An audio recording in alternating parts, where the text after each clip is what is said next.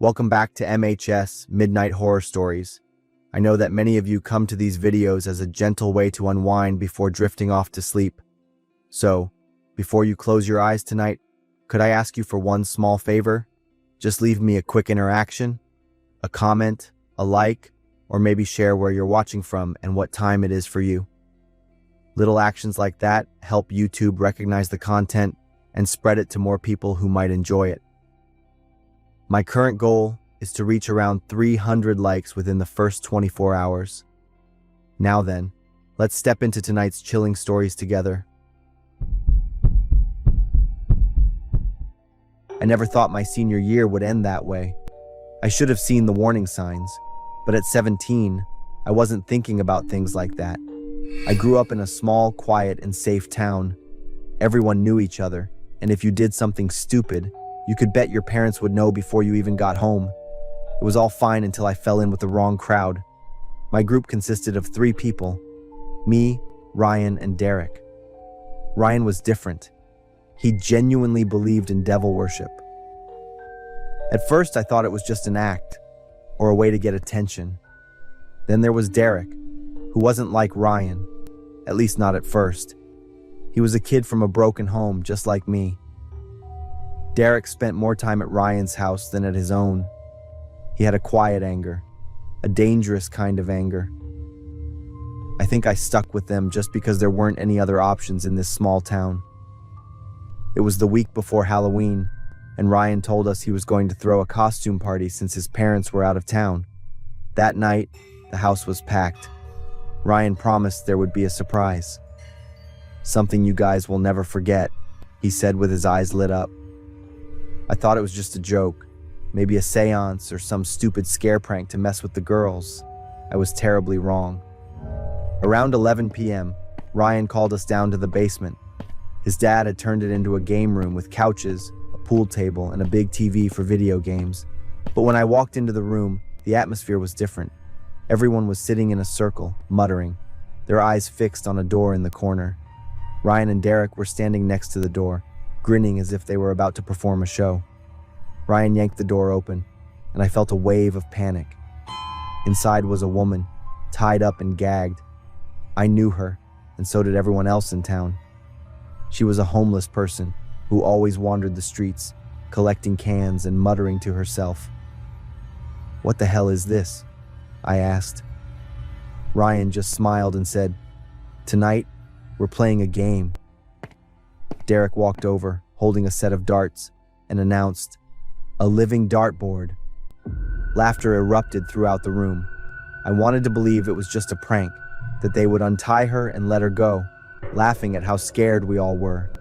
But then, Ryan threw the first dart. It stuck in her arm. She let out a helpless cry through her gag, and her body twisted in pain. Everyone just stood there, watching. Their eyes were so emotionless. Then, Derek threw another one, which landed right below her collarbone. I couldn't move. My feet felt like they were nailed to the floor. Then others started throwing darts. Not everyone, but some just sat there as still as I was.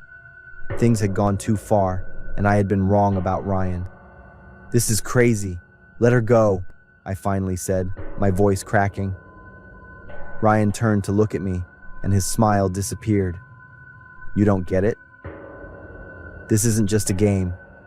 Derek reached into a black bag and pulled out a long knife. "We're offering her to the master." I was disgusted. They weren't just playing a game, they were going to kill her.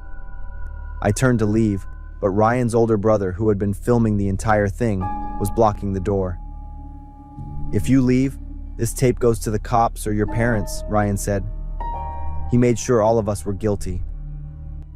I glanced around. Everyone was in costumes, so I couldn't see their expressions, but I could hear crying starting to spread. Then a girl whispered in my ear, "I'm calling the police." She had hidden her phone in her purse. I stood in front of her, blocking the view as she made the call. Meanwhile, Ryan had dragged the woman to the center of the room, placing her in a circle drawn with white chalk. Ryan raised the knife, his face wild. The woman struggled, trying to scream but couldn't. And then, a siren blared, and flashing red and blue lights shone on the basement windows. Ryan's face twisted in anger as he turned to us. "Which one of you a-holes did it?" I lunged straight at him, my shoulder hitting his ribs, making him stumble backward and fall. The knife dropped to the floor. Derek ran to pick it up, but I was faster. I grabbed the knife and cut the ropes on the woman's wrists. The basement was in chaos. Everyone was running, pushing each other up the stairs. Some people stood there, frozen in fear. The woman was finally free. She ripped off the gag and let out a painful scream. The basement door burst open. The police stormed in. Ryan was still trying to get the knife when they restrained him. Derek ran, but was caught shortly after. We were interrogated for hours. Most of us weren't charged because we were spectators, not participants. But Ryan and Derek were different. Ryan was sentenced to life in prison. Derek got 25 years, and Ryan's brother got 15 years. I still see their faces in my nightmares. I left town as soon as I could, moved states, changed my phone number, and cut off contact with anyone who reminded me of that night. To this day, I never dare to go to another costume party again.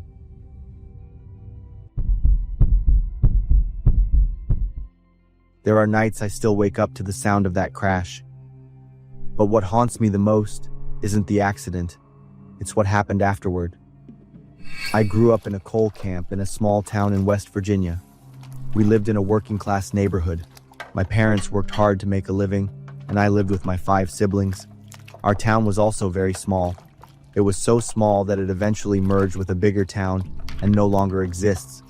Jim Hatfield, who would later become my husband, came from a very wealthy family. His family owned almost all the timber companies in West Virginia, even nearly half the state. Despite being the heir to the family fortune, Jim didn't want to continue his family's timber business. Instead, he chose to work in the coal mines, just like many other workers. This is where he met my father. After a few weeks of working together, Jim asked my father if he could date me. Despite worrying about the wealth gap between our families, my father agreed. Over the next few months, Jim took me on several dates. Everything seemed to be going very well. One night, after getting drunk at a bar, Jim couldn't drive himself home. He was so drunk he couldn't stand up, slurring his words and asking me to drive him. That's when our story took a turn I never could have expected. As we were driving home, a man suddenly stepped out in front of the car. I didn't have time to brake, and in an instant, the car hit him. Despite being drunk, Jim seemed calm. Jim told me to switch to the passenger seat. Then he got up, dragged the man's body off the road, put it in the trunk, and continued to drive. He took me onto a dirt road where we arrived at a wooden house.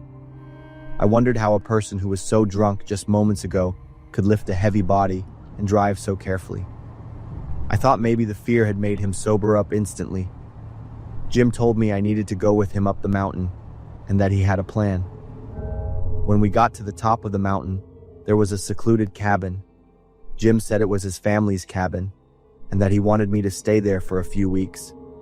He explained that he owned a 1955 Mercedes Gullwing and that he was one of only 5 people in the entire county who had one. Jim said that people would eventually notice the man was missing, and if there were any car parts on the road from the accident, all suspicion would fall on him.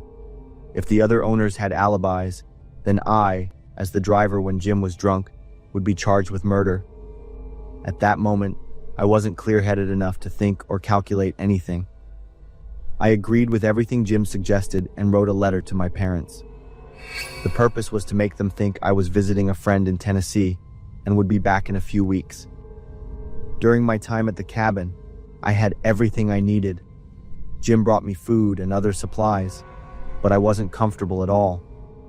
The first few days in the cabin, I could barely sleep. Every time I closed my eyes, I saw that man appearing in front of the car. The loud noise when the car hit him kept ringing in my head. The nights were the worst. Every sound made me jump. Sometimes I thought I heard the footsteps of that man, as if his soul was looking for me. Jim said everything would be okay, but I knew it would never be okay. I had caused a man's death. About 2 months passed. Jim said everything was fine and that I could go home. My peaceful life from before had completely disappeared. Every time I left the house, I felt like hundreds of eyes were staring at me. I kept thinking everyone knew about that night. Maybe someone saw me and Jim driving away in the dark. I always kept my head down, avoiding eye contact with others. Every conversation made me nervous. When someone asked me where I had been for 2 months, my heart would pound. The sound of footsteps behind me always made me jump. I would turn my head to look back, trying to control my movements so no one would notice. At that moment, I thought, is the police following me? Do they suspect something? Then one day, Jim proposed to me. I wasn't completely comfortable with this marriage, but I also loved Jim and felt his sincerity. Jim also held that terrible secret, and I agreed. Life seemed to be stable and happy. I didn't have to worry about money anymore. I could even help my family. I found out I was pregnant shortly after. One day, I went to the local doctor for a checkup, and I happened to see the man who was the victim in the car accident. I couldn't believe my eyes. He was standing there, healthy, as if nothing had ever happened. I was so shocked that I couldn't stand up and told the receptionist to take me home. I was nauseous all day, waiting for Jim to come home to tell him what I had seen. To be honest, I had never asked Jim where he buried the man. This is where everything went crazy. Jim told me that it was all a test. Because he came from a wealthy family, he wanted to find a truly loyal woman, one who didn't love him for his money. I stood there, my mouth open, unable to believe what I had just heard. For months, I lived in a nightmare, tormenting myself, thinking I had taken a person's life. I had sleepless nights, staring into the darkness and seeing the man's face. I felt guilt eating away at my soul every day, every hour. I cried and screamed at Jim. The anger and pain mixed into an emotion I couldn't describe. I didn't know whether to feel relieved that I wasn't a murderer or angry that I had been so cruelly deceived.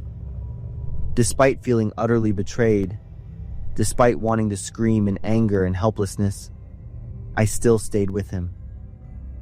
Maybe it was because I was pregnant and what was called family kept me there. We had 3 children after that. I have to admit that to this day, we have a family that has everything. Jim truly loves me and our children, but those terrifying memories are something I can never forget.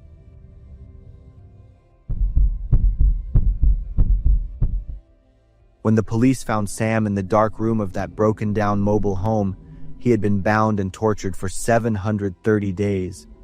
It all started with a gentle smile at Oktoberfest. 5 years ago in the fall, my 2 brothers and I decided to go to the annual Oktoberfest in Munster. It's a tradition in our small town nestled in the Texas hills. It took us about an hour and a half to drive to Munster. I was 27 at the time. My older brother Jake was 30, and my youngest brother Sam was 23. The 3 of us have always been close, especially with our shared passion for classic cars. The festival had a huge car show, and that was the main reason we went. We parked near the edge of the trees and started the 15-minute walk into town. It was mid-morning, and everything seemed normal until she appeared. Just before we walked up the second bridge, a woman approached us. She was about 25 years old, with long hair and a gentle smile. "Excuse me, I'm looking for the festival. Can you help me?" she asked. I was a little confused. It was strange. The festival was right in front of us.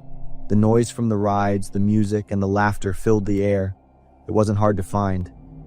"We're heading there now. Just cross the bridge, and you'll see everything." "I'm looking for the market. Do you know where it is?" Sam, the most enthusiastic of us, spoke up. "I can take you there. It's not far." I hesitated, but Jake patted Sam on the back. "See you at the car show later," Jake said. Sam nodded, waved lightly, and went with the woman. Jake and I spent the next few hours at the car show, completely engrossed in the rows of restored classic cars. It wasn't until midday that I glanced at my watch and realized Sam hadn't come back yet. At first, we weren't worried. Maybe he was still with the woman, helping her find her way. But by 2 p.m., we started to feel uneasy. We walked all over the festival searching, but we couldn't find Sam. We tried to call him, but his phone just rang and no one picked up. We were finally desperate. We went to the local police officer on duty at the festival and told him our brother was missing. The officer reported it on his radio, but with the festival at its busiest, the search was like looking for a needle in a haystack.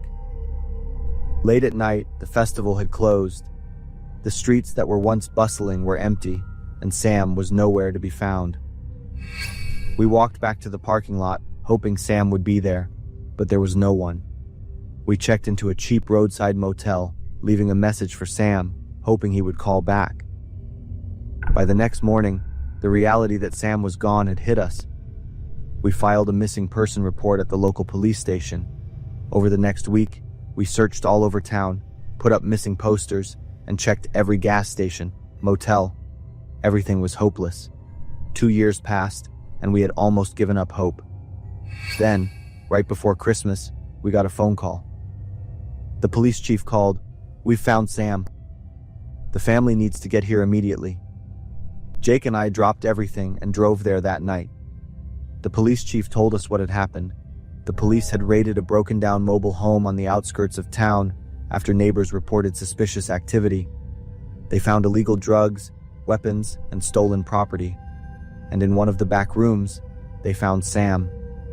He was in the worst possible condition, bound, malnourished, beaten, and drugged for the past 2 years. Sam was then taken to the hospital. Thank God, he was completely aware. He remembered everything that had happened. Sam said the woman had lured him into an alley. 3 men attacked Sam. They threw him into the back of a pickup truck and took him to the mobile home. For 2 years, Sam was bound and tortured. He tried to escape twice and was beaten so badly that he thought he would die. Those men were part of a human trafficking ring, and Sam wasn't their first victim. Those monsters were arrested and sentenced to life in prison. The woman who lured Sam has still not been found. Sam survived and came back, but he was never the same again. To this day, I still can't shake the feeling of guilt about Sam. There are many other victims, people who were not as lucky as Sam. So, if you're ever at a small-town festival and someone is too friendly and asks for help, think carefully before you go with them. I've always been proud of my ability to work tirelessly. 15 years of driving trucks cross-country has forged in me an endurance few people possess. But now, after everything that happened, I realized that pride was just a dangerous thing that could kill me at any moment. I'll never forget that fateful night. It was a long haul from Missouri to Oregon, passing through North Dakota, Montana, and Texas. The company offered to split the trip between 2 drivers, but I refused. I wanted to prove I could complete the trip on time, and maybe even earlier than expected. The highway was deserted at 1 a.m. The summer night sky was clear, stars twinkling like thousands of eyes looking down. I had been driving continuously for nearly 18 hours, only stopping for gas and bathroom breaks. Strong black coffee wasn't working anymore, and the caffeine pills were starting to lose their effect. My eyes stung, my neck and shoulders ached, but I still tried to focus on the road ahead.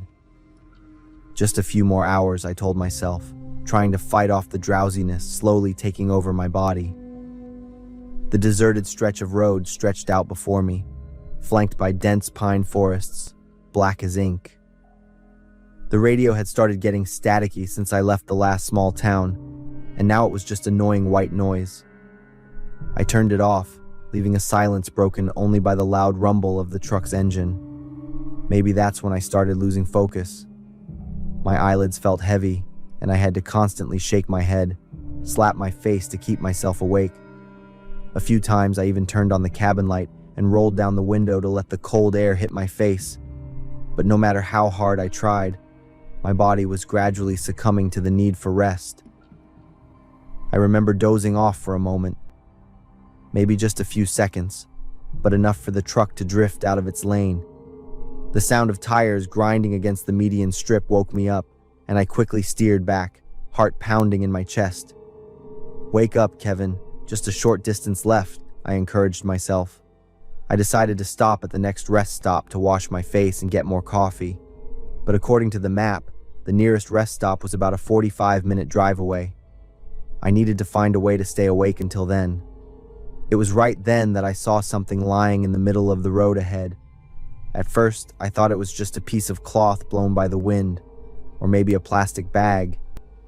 But as the truck got closer, under the headlights, I realized it was a dress.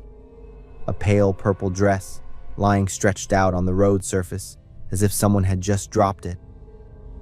I slowed down, wondering why there was a dress in the middle of a deserted highway at midnight like this. As the truck slowed, I saw something else ahead, a small pair of shoes, children's shoes, lying about 10 yards from the dress. This wasn't normal. And then, as the truck continued forward, I started seeing more things. A small pink jacket, a pair of jeans, a t-shirt, all children's clothes, scattered on the road like pieces of a horrifying puzzle. I stopped the truck, my heart pounding in my chest. What happened here? Had a child been in an accident? Or maybe someone just dropped a bag of clothes from their car? Logic told me to turn on the hazard lights, grab the flashlight from the glove compartment, and carefully open the truck door. The cold night air filled the cabin, making me shiver. I jumped down from the truck, closed the door, and locked it. My footsteps echoed on the pavement as I walked towards the purple dress. I bent down to pick it up, feeling the soft cotton fabric under my calloused fingers. It was the dress of a child around 8 to 10 years old, with small floral patterns printed on the purple fabric. It was clean and untorn, as if it had been worn not long ago. I continued following the trail of clothes, picking up each item one by one and checking the surroundings. No signs of an accident or a struggle, no bloodstains. As I picked up the last jacket, I heard a noise from the edge of the forest, a crackling sound like a branch breaking under weight. I whipped around, shining the flashlight towards the sound, but only saw darkness and towering pine trees. "Is anyone there?" I called out, my voice echoing in the silent forest night. No answer, but I felt like I was being watched. I started backing towards the truck, keeping my eyes fixed on the edge of the woods. That's when I heard a child scream, echoing from deep within the forest. A blood-curdling scream, full of fear. Help me! I turned towards the sound, flashlight trembling in my hand. "Where are you?" I yelled, but only my own echo answered. And then, a second scream rang out, weaker this time, as if the child was being dragged further into the woods. Please, help!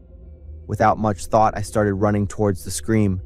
If a child was in danger, I couldn't just stand by. I ran into the forest, the flashlight illuminating a faint path, damp leaves underfoot, my heart pounding, breath ragged. "Where are you?" I called out, trying to pinpoint where the scream came from.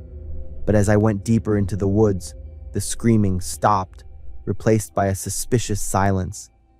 And then, I heard giggling, whispering, and the sound of metal scraping. I stopped, turned off the flashlight, and stood silently, listening. In the dim moonlight filtering through the canopy, I could see a clearing ahead, a group of people standing around something. 3 or 4 dark figures, one of them holding a large object. I squinted in the darkness, trying to see more clearly, and then I saw it. A large speaker, the kind used for outdoor events, and next to it, a man holding a recording device. The scream wasn't real. It was played from the speaker. It was a trap. Terrified, I started backing away, trying not to make a sound. But in the dark, I didn't see the branch behind me, and when I stepped on it, a loud crack echoed. A flashlight beam shone directly into my face, blinding me. "It's there! Get it!" a man's voice yelled. Without hesitating another second, I turned and ran for my life, stumbling over roots and broken branches. Behind me were angry shouts and the sound of branches breaking as they gave chase. When I finally saw the asphalt road and the truck ahead, I felt like I'd been born again. I sprinted towards the truck, fumbling for the key in my pocket with trembling fingers. I had just opened the truck door when I heard a shout from behind. "You're not allowed to know. You won't tell anyone." I turned back and saw one man running out of the woods, followed by two others. One of them was holding something long and shiny, maybe a gun or a metal bar. I jumped into the truck, slammed the door shut, and locked it immediately. With shaking hands, I tried to insert the key into the ignition, but it took 3 attempts to succeed. The engine roared to life with its familiar growl just as the first man reached the truck. He pounded hard on the window, his face contorted with anger. "Open the door!" he yelled, his voice partly drowned out by the engine noise. I hit the gas, the truck lurched forward, but before I got far, I heard a loud bang and felt something hit the passenger side window. The glass shattered, sending fragments flying into my face. I felt the sting as my skin was cut. Not daring to stop, I kept pressing the accelerator, the heavy truck speeding up on the deserted highway. In the rearview mirror, I could see the figures growing smaller, finally disappearing into the night. I drove like crazy, not daring to slow down for even a second. Cold wind blasted through the broken window. Blood from the small cuts on my face ran down my neck, but I didn't care. I just wanted to get away from there as fast as possible.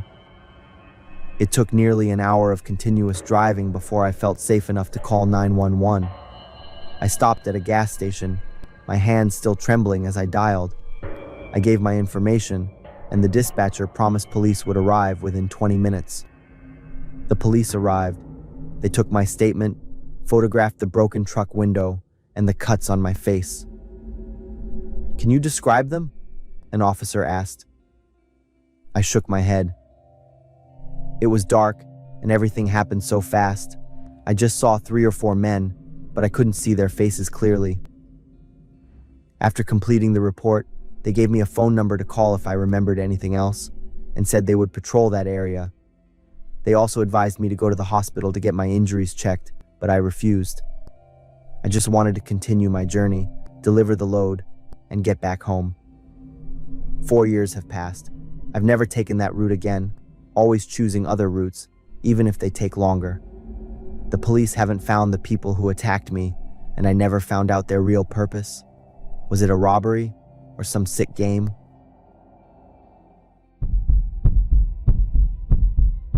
I'm Dylan, and it felt like my life ended 2 years ago. I used to think about the craziest, darkest stuff, but luckily I didn't go through with it. Maybe God was looking out for me. Back then I was working as an electrician, making pretty good and steady money, but I was busy with work all day long. My wife was a stay-at-home mom, and we had an 18-year-old daughter, Stella, who was studying accounting. I got a call from Stella's school while I was at work. Hello, Mr. Brown. I'm Stella's advisor. Yes, hello, ma'am. I just called Vera a few minutes ago to talk about Stella's grades, sir. But there's one thing I think's more important. I heard some kind of fight or argument while your wife's phone was still on. I heard some yelling and then a voice saying it was Vera kept talking to me. But I don't think it was your wife. I called the police. Sorry, I just remembered to call you now. I had saved my daughter's advisor's number, so I was sure the call wasn't a scam. Feeling anxious and unsure, I immediately called home, but neither my wife nor my daughter picked up, even though the phone was still ringing. I quickly asked the manager if I could leave work early, and then my phone suddenly rang. I was hoping it'd be my wife or daughter calling back to say everything was okay, but it was the police. Hey, Mr. Brown, we're the local cops, and we're outside your house. We need you to come home right away. I knew something was up, so I kept praying all the way home. I hoped that when I got home, my wife and daughter would be there to greet me like usual. But that time, it didn't happen. In front of my house, there were 2 police cars and an ambulance with almost a dozen police and medical staff. My daughter Stella was on the ground crying. I ran over to hug my daughter, and Stella cried even harder. Dad, help Mom. The intruder. There was so much blood on the floor. Please. Stella couldn't hold it together, and I'd never seen her so scared before. I held her tight while I talked with the police about what was going on. We got a call from your daughter's teacher saying there was a big fight in the family. When we got here, we saw your wife lying on the floor with a lot of blood. As soon as I heard that, I rushed into the house, but the policeman stopped me. Just stay calm. We've given your wife first aid and need to keep the scene clear. I broke down in tears when I found out what was happening. The police kept asking Stella about everything she'd seen. Someone broke the window. They had a knife and... Stella couldn't keep going, just sobbing and shaking. I hugged her tight. Seeing that Stella was getting worse, the police quickly took her to the hospital. A few minutes later, they brought my wife out of the house in really bad shape. The stretcher my wife was on was almost totally covered in blood, and she had a bunch of big cuts, especially on her head and face. I just collapsed when I saw that. A few hours ago, my family and I were happily having breakfast together, and now I'm dealing with watching my wife and kids in pain. Mr. Brown, we'll find you another place to stay until the investigation's done. The next 2 days felt like a nightmare for me. My daughter couldn't talk. She just kept crying and was really panicked. My wife was in the ER and ICU, and they weren't letting anyone in. I couldn't remember the last time I ate, but I wasn't even hungry. By the morning of the third day, the police called me to the station to talk about the investigation.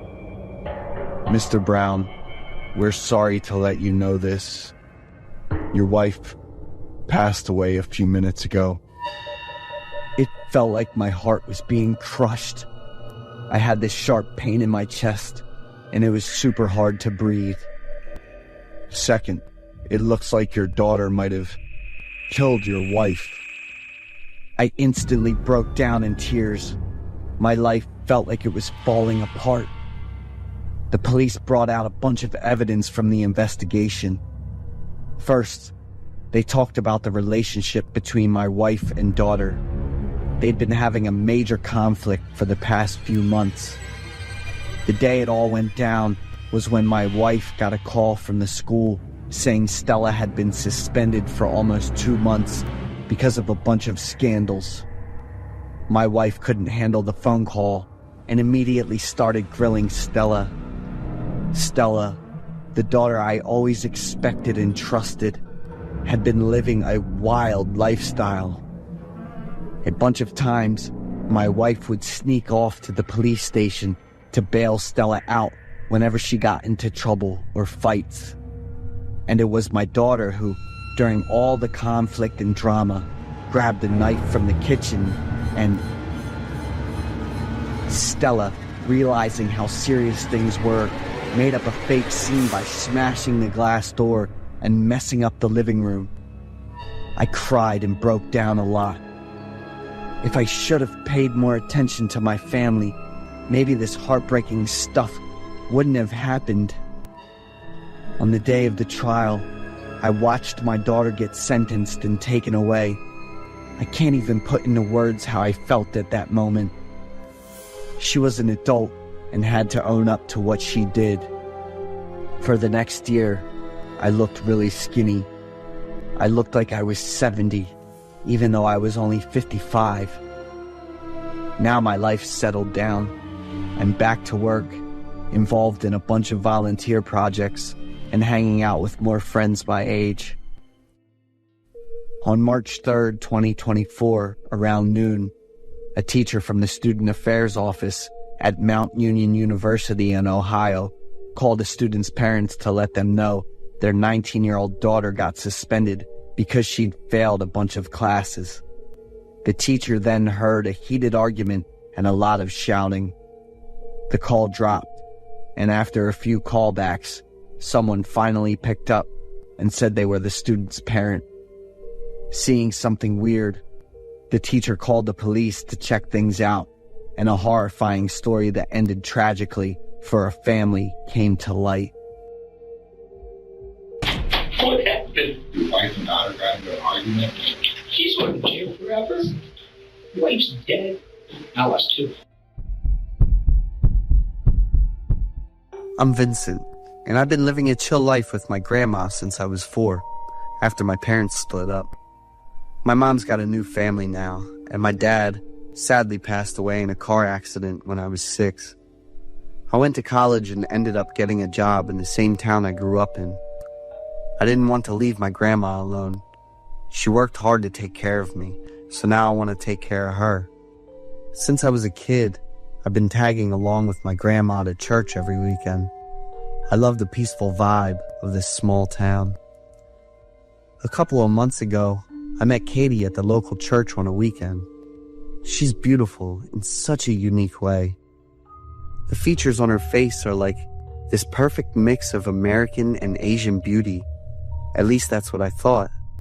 And Katie later confirmed it. She's petite, cute, but still totally stunning.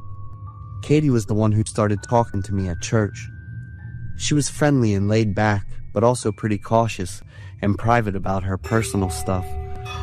I couldn't help but feel my heart race every time I saw Katie. I couldn't deny it. I really liked her a lot. All I knew about Katie was her name and a little bit about her mixed background. I didn't even know how old Katie was. One day after church, Katie asked me to grab something at the Dunkin' nearby, and I had no reason to say no. We talked for hours, but it felt like only 30 minutes.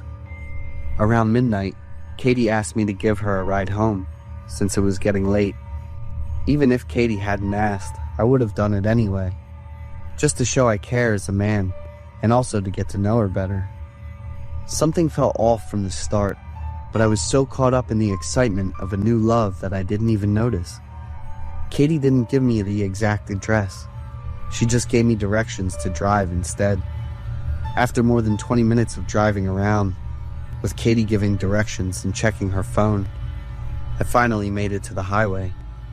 But I didn't ask any questions. I was just patient, doing whatever Katie wanted.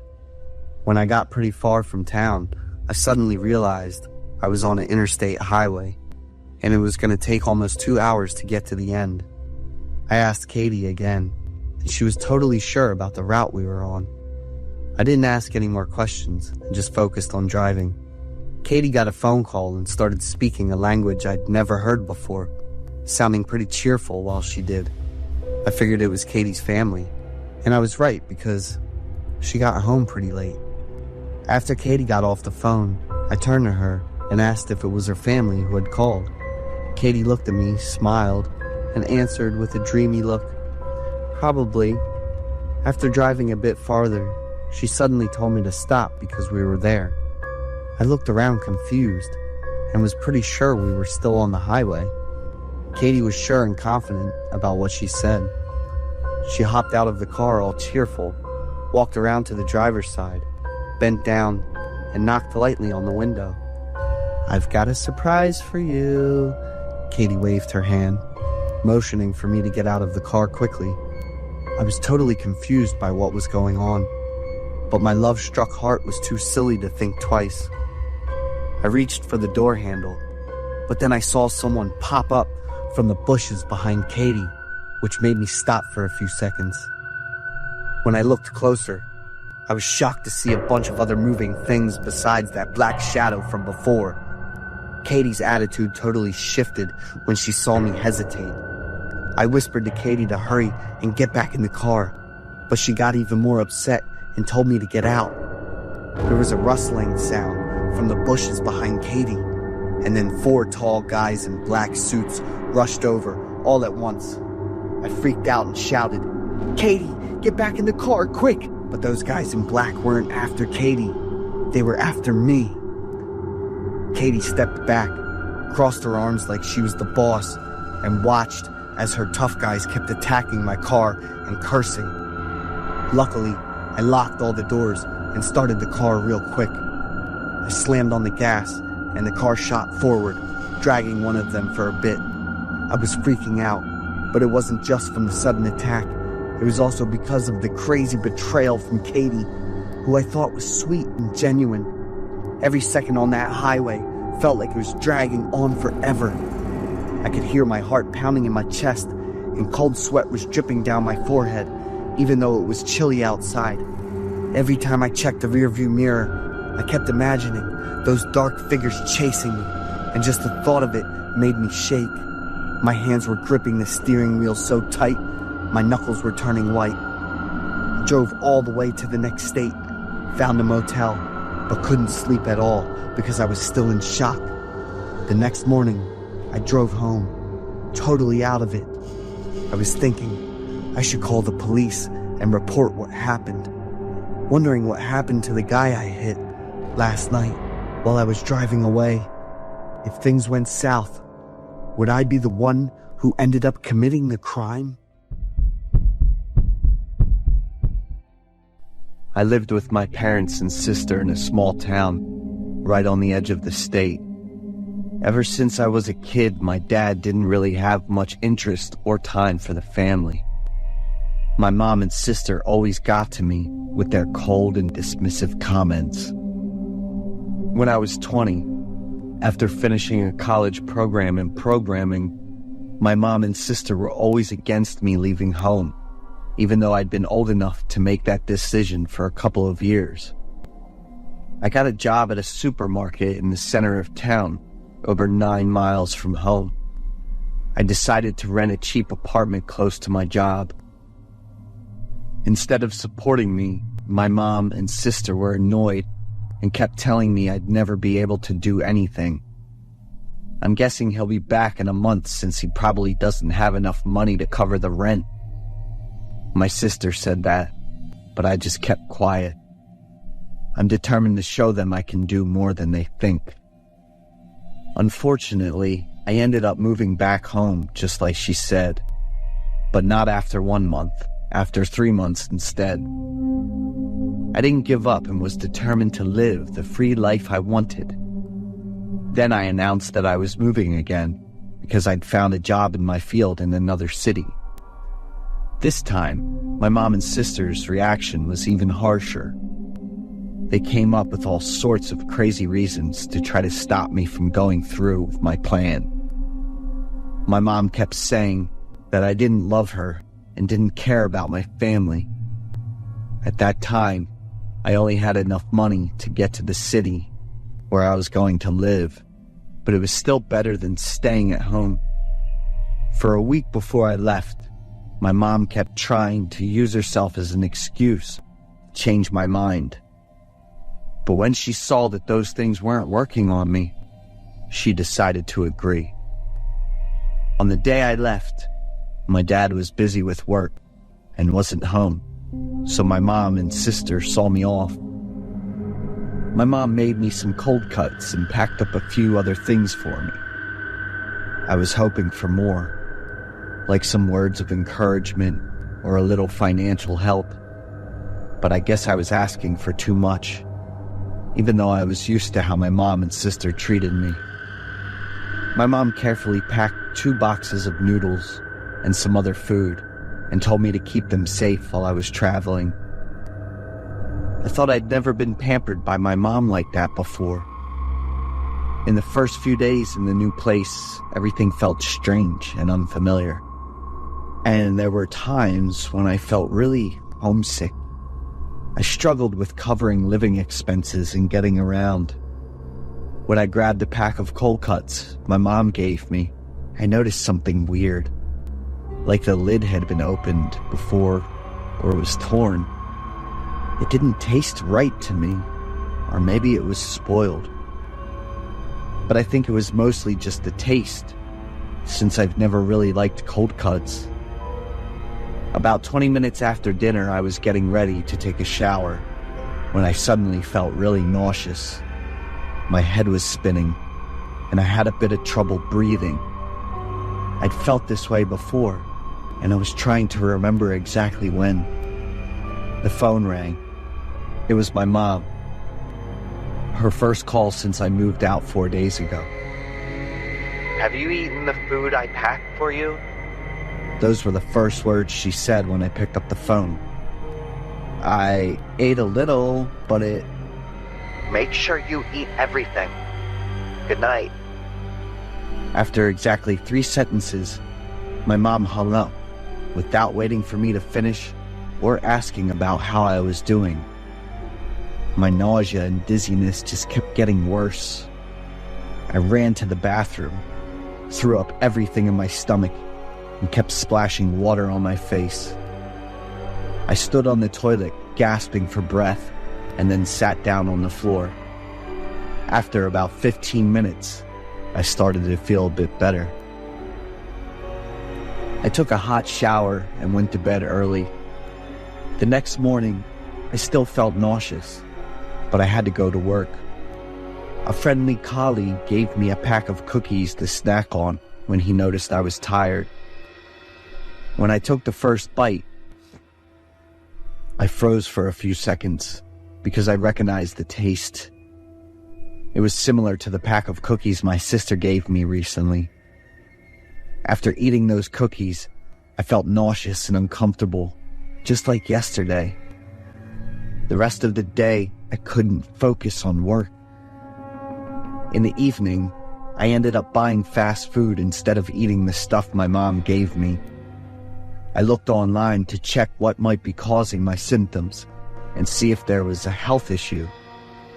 When I saw the results, I was just speechless. It could be a sign of cyanide poisoning. A call from my mom popped up on my phone screen. I felt shivers, pain, and fear when I saw the name Mammy with a red heart next to it on my screen. I didn't answer the call. I just stared at the phone screen until the ringing stopped. A few seconds later, the screen lit up again with the text message. "Have you finished eating?"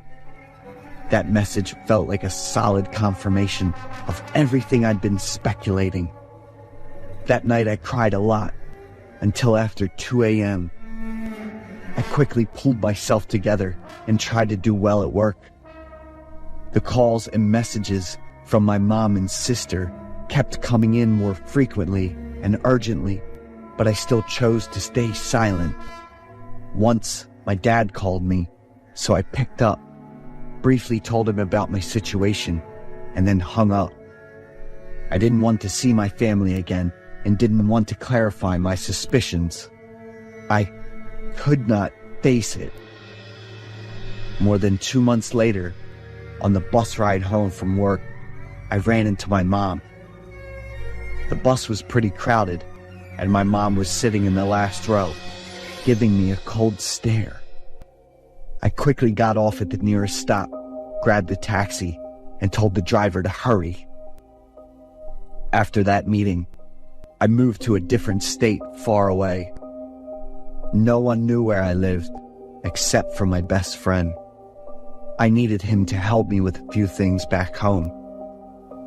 More than a month after I'd settled in with work and accommodation, everything was going well, and that's when I received the test results. I wasn't related to them by blood. I also found out that my adoptive mom had bought me a life insurance policy worth up to $300,000. The beneficiary of the insurance payout after my death was my adoptive mom.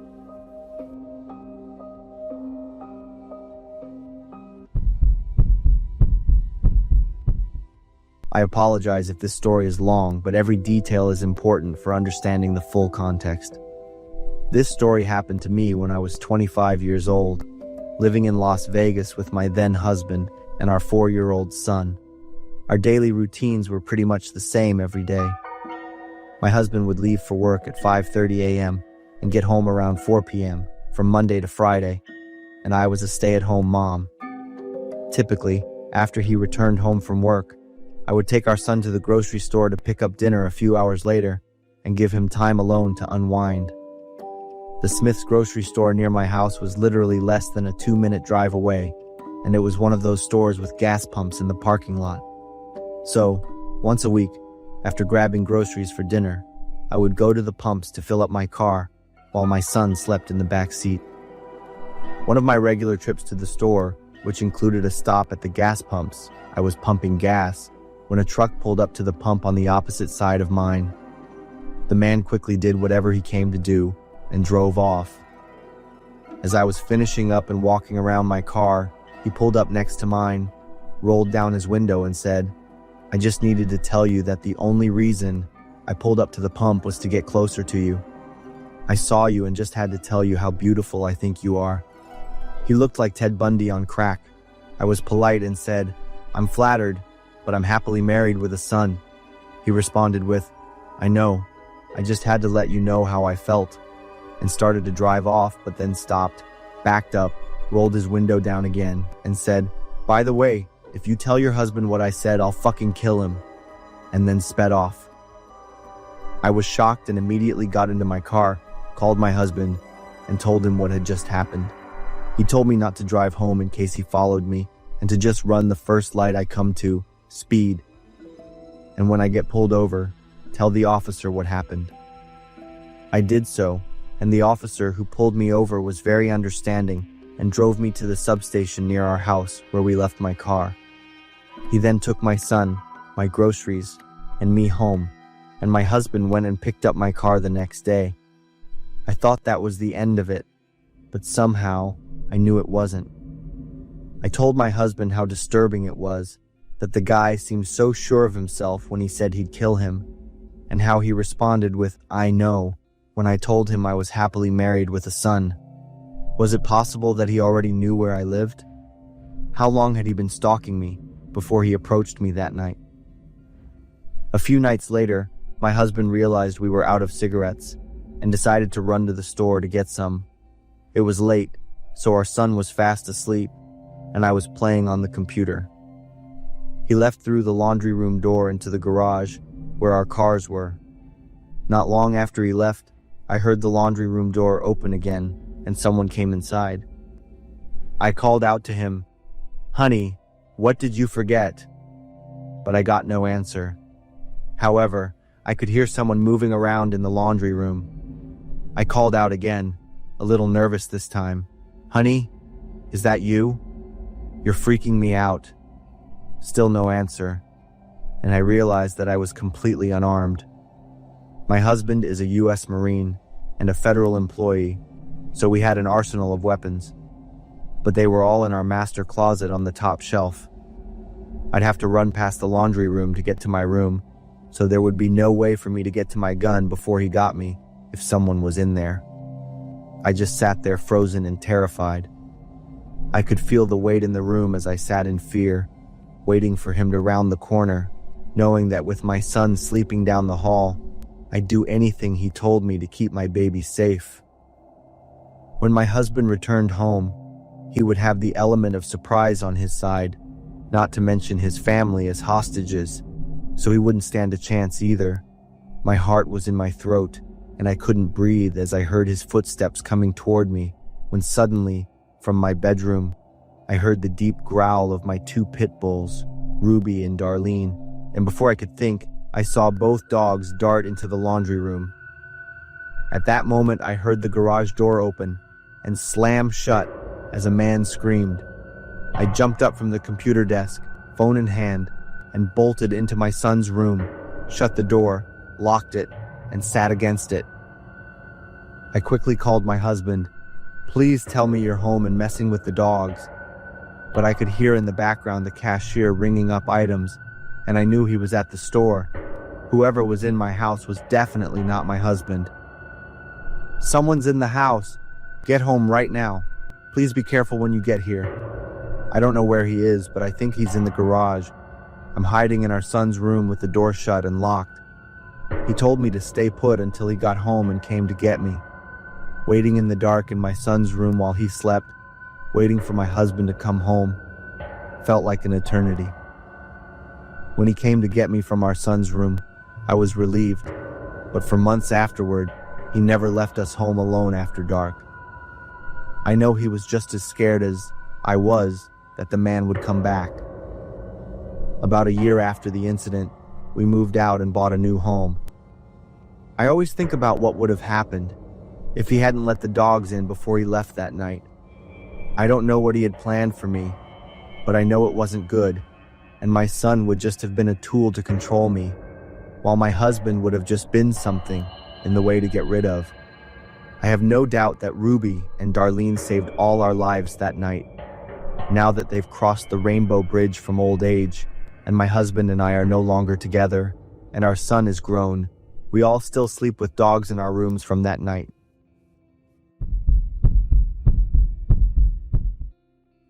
I am Sarah, 26 years old, recently graduated from university, and I am looking for my first job. My life, after going through a major setback, having to attend therapy sessions, has slowed down compared to my friends. Though I try to change, the feelings of anxiety and loneliness never leave me. I still keep old photos on my phone, bad memories from the past, memories of him flooding back like nightmares. One day, while scrolling through LinkedIn searching for career opportunities, I received a message. At first, I thought it was just a regular interview invitation, but upon reading it carefully, I felt something was off. This company wanted to invite me to a house in the suburbs instead of a company office. The address they sent was hard to find, and there was no information about this company online. However, I couldn't pass up this opportunity. It had been too long since I felt like I was stuck, unable to move forward. Despite my fear, I decided to go. When I arrived, I felt like I was stepping into another world. The large house was isolated in a desolate suburb. Although it looked very luxurious on the outside, the atmosphere around it was cold. The silence was terrifying, and there were no signs of a normal work environment. As I stepped inside, I felt a heavy atmosphere with nothing but the sound of my footsteps. The further I went, the more uneasy I felt. When I entered a large room, I was startled to see a few people sitting silently. Their eyes were vacant, dazed, and they didn't respond to my greeting. A man walked in and introduced himself as the owner of the company, but instead of interviewing me, he offered me to participate in a strange experiment. "We want to see how you adapt to the company environment," he said. "Try a drug to test your body's reaction." Unsure how to respond, I accidentally noticed a photo placed on the table behind him. It was him, with a cryptic smile. Every detail in the photo left me stunned. How could it be? Ryan was here. My mind spun. Pieces of the past began to fall into place. The terrible memories of when I was immersed in addiction, about how Ryan, the awful boyfriend, had dragged me into that world, now came flooding back. I felt a lump in my throat. My world suddenly collapsed. How could he be here? Surely he had staged everything to pull me back into this past. Fear surged, and I couldn't sit still any longer. Ryan was not just part of my past that I wanted to forget. He was still controlling everything, still finding ways to drag me into a world I had tried so hard to break free from. I quickly left, running away from this real-life nightmare. But he was waiting for me ahead. Ryan smiled with satisfaction. "I helped you enter this world, and now you will be a part of it." My heart raced. A chill ran down my spine. The memories of him, of the painful days, of the times I let him manipulate my life, now all came rushing back. I tried to suppress my fear, but I couldn't. I saw in his eyes a sense of triumph, as if he had won. I couldn't breathe, couldn't say anything. The feeling of weakness and failure returned. My heart raced wildly. Everything before my eyes went dark. I woke up feeling disoriented, surrounded by groaning and heavy breathing. I opened my eyes, and it took a few seconds to realize I was in a dimly lit room with gray brick walls, a suffocating atmosphere filled with the smell of dampness and drugs. But what scared me the most were the images around me. People were writhing in withdrawal. Their faces were wrinkled, eyes bloodshot, as if they were lost in a nightmare they couldn't escape. They curled up in pain, gasping for breath, like wild animals trapped. These scenes were not unfamiliar. I realized it was me, before, when I was with Ryan, when I was drowning in drugs, when my body writhed every night in withdrawal. I remember that feeling very well, but I never dared to think I would face it again. The groans of the people around me were like a sharp pain in my ears. This was me before. I curled up, hands tightly covering my ears, eyes shut. Suddenly, music started playing. I discovered an old phone in the pocket of a man who had collapsed. I rushed over in excitement, quickly dialed the police, but I couldn't tell them exactly where I was. This house was in a desolate suburb with no signs of the outside world. The police couldn't know where I was, and it might take a long time to reach here. My head was spinning. I couldn't just sit here and wait for help.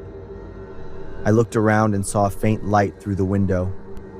Part of me wanted to stay in contact with the police, but another part knew that if I didn't act immediately, I would be stuck in this nightmare forever. I quietly left the room, trying not to make any noise. I knew they wouldn't let me escape easily, but I couldn't stand still, couldn't wait any longer. They would find me soon. As I crept down the hallway, I heard hurried footsteps from the end of the house. The people in the house were looking for me. I didn't know if they were informed about my call to the police, but I was sure they wouldn't let me escape. A cold feeling surged inside me. I had to choose an escape route, the back door. That was the only hope I had. But when I ran to it, the door was locked. At this point, despair overwhelmed me. I looked around for another way out. The darkness surrounding me made me feel even more trapped.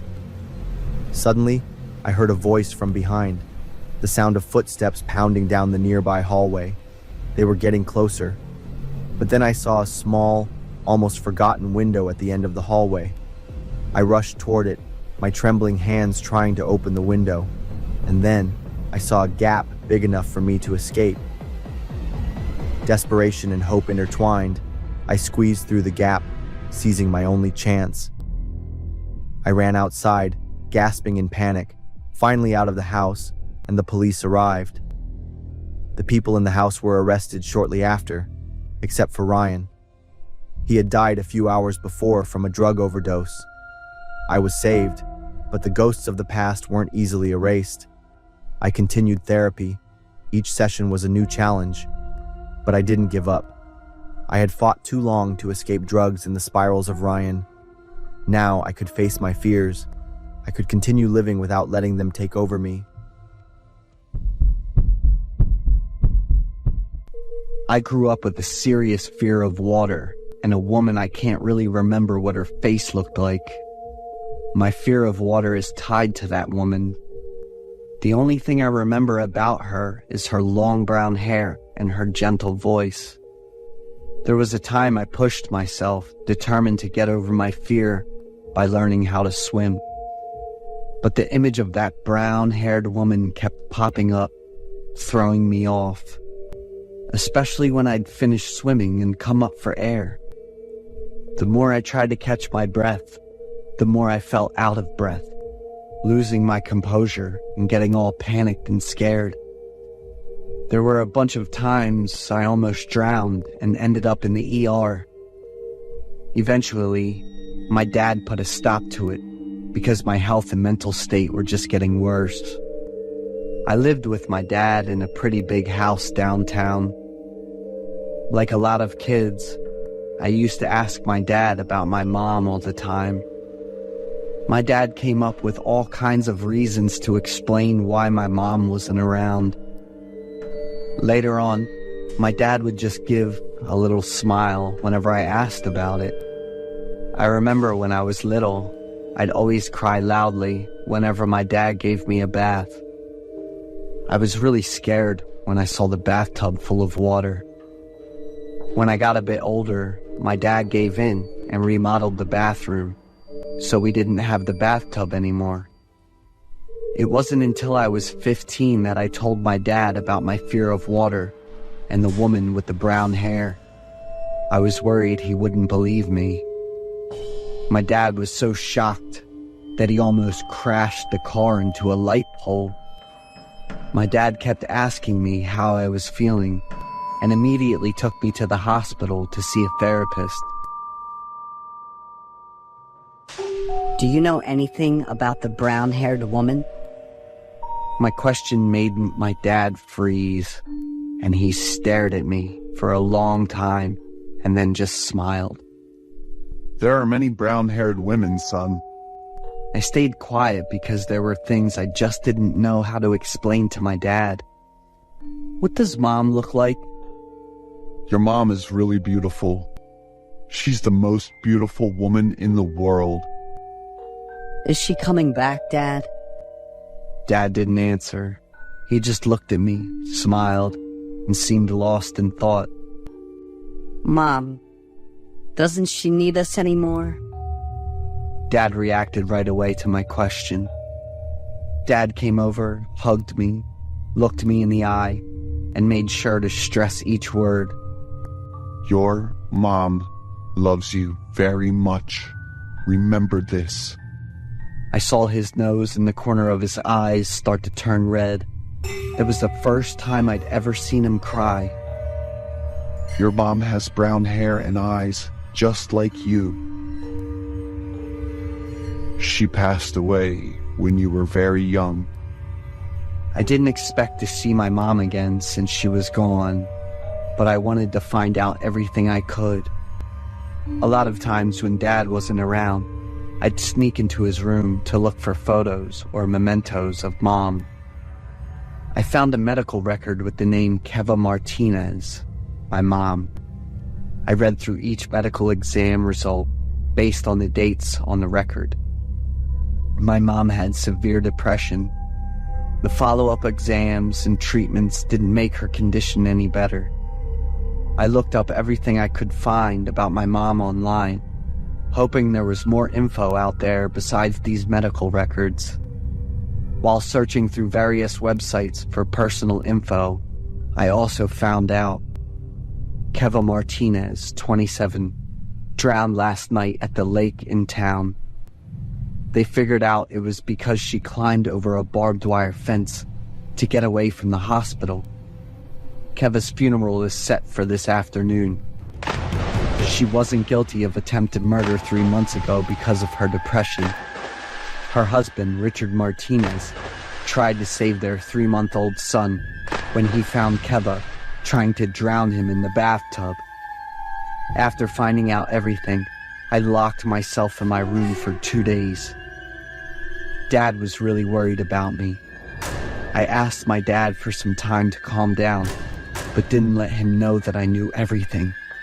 On the 3rd day, I came out of the room feeling a lot better. During dinner, I asked my dad, Dad, do you love Mom? Dad looked at me, a bit surprised, and said, A lot. More than I love you. Both of us smiled. Is there anything you haven't done with Mom yet? I regret not loving and caring for your mom more. Let her suffer through pregnancy and even during childbirth. I smiled. That was the last time I asked about my mom. When I turned 18, I was free to live my own life, but I gave that freedom back to Dad. It was time for Dad to find someone new and seek out his own happiness. Then Aunt Lanny came along, and she was in the same situation as Dad. I saw Dad really happy and smiling a lot, just like he was when he found out I passed the entrance exam at a top university.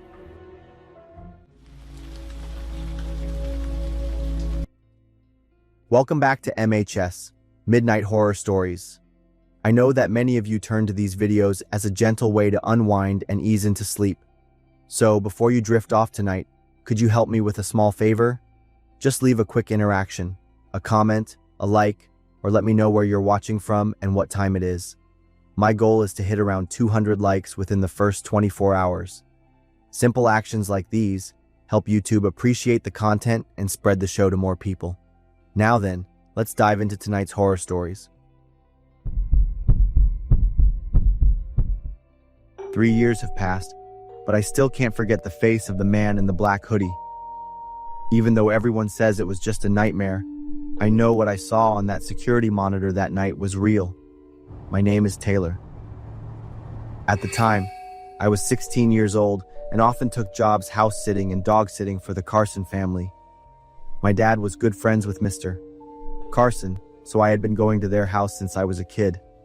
The Carson family's mansion was in Jackson, Michigan. From the main gate to the house was a long driveway. The two-story house had a classic Victorian architectural style with 3 bedrooms and a spacious guest room. It took me over an hour to drive from my house to theirs. Around 9 p.m., I made some popcorn and watched a movie on Netflix.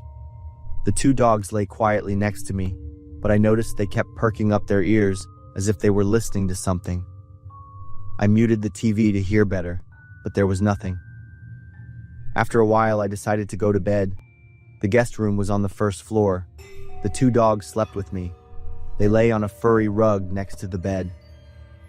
Around midnight, I was woken up by a jingling sound. I realized it was the dogs' collars. They were both sitting straight up, ears perked, eyes staring at the door with a very cautious look. I lay motionless, straining to listen. The house was still silent, with only the tick-tock of the clock in the hallway. Then I heard a humming sound, like the static you hear when a radio loses its signal. I remembered the baby monitor that Mrs. Carson kept in the corner of the hallway, directly across from my room. This system not only showed images from the camera placed in the main living room on the first floor, but could also be controlled remotely to turn lights on and off in different rooms. I tiptoed out of the bedroom. I approached the security monitor in the hallway. On the screen was a pitch-black image of the main living room.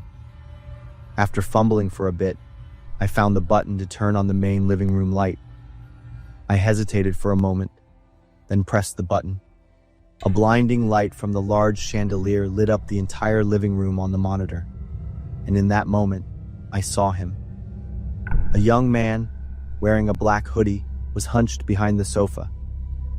He looked up at the ceiling where the camera was mounted, and I looked at him on the small screen. He jumped up and ran out of the camera's view. My body reacted before my mind could think. I ran back to the bedroom and locked the door tightly, quickly grabbing my essentials into my backpack. There was no time to think. I opened the bedroom window and climbed out. I could still hear the 2 dogs barking loudly inside the house. I ran as fast as I could toward my car, not daring to look back. As soon as I got into the driver's seat, I immediately locked all the doors, started the engine, and sped away. I tried to call the Carsons, but my call went straight to voicemail. When I got home, I sent a long text message explaining everything that had happened to both Mr. and Mrs. Carson. The next morning, Mr. Carson called back.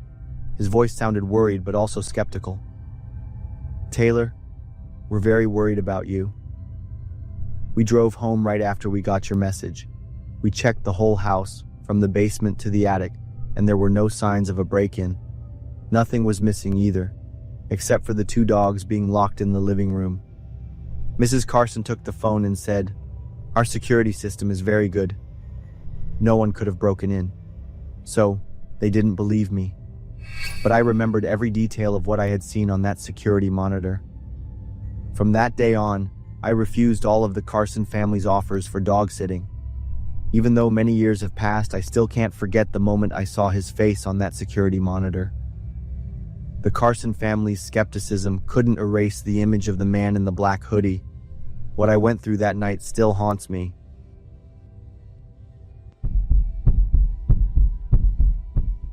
My name is Erica. I was born and raised in Texas with my parents in a quiet residential neighborhood on the outskirts of the city. We lived in a small house with a spacious backyard that my dog, Molly, loved. This happened when I was 18. One day, I was walking Molly. The familiar road past 2 tall apartment buildings where I often saw my neighbors coming and going. That day, 3 men were smoking on the front porch. Their laughter echoed from a distance. Two of them didn't notice me, but the other guy stared. He looked older than the other two, probably in his late 30s, and was bald.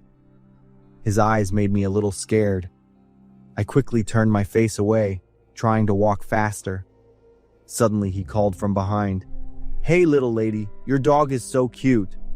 Come here and let me pet it." While he was taunting me, the other two men burst out laughing. I immediately left and quickly ran home, not daring to look back. At first, I didn't tell my parents, thinking it was just a harmless joke, but I was completely wrong. The next day, I walked Molly again. Remembering the three men from yesterday, I brought pepper spray just in case.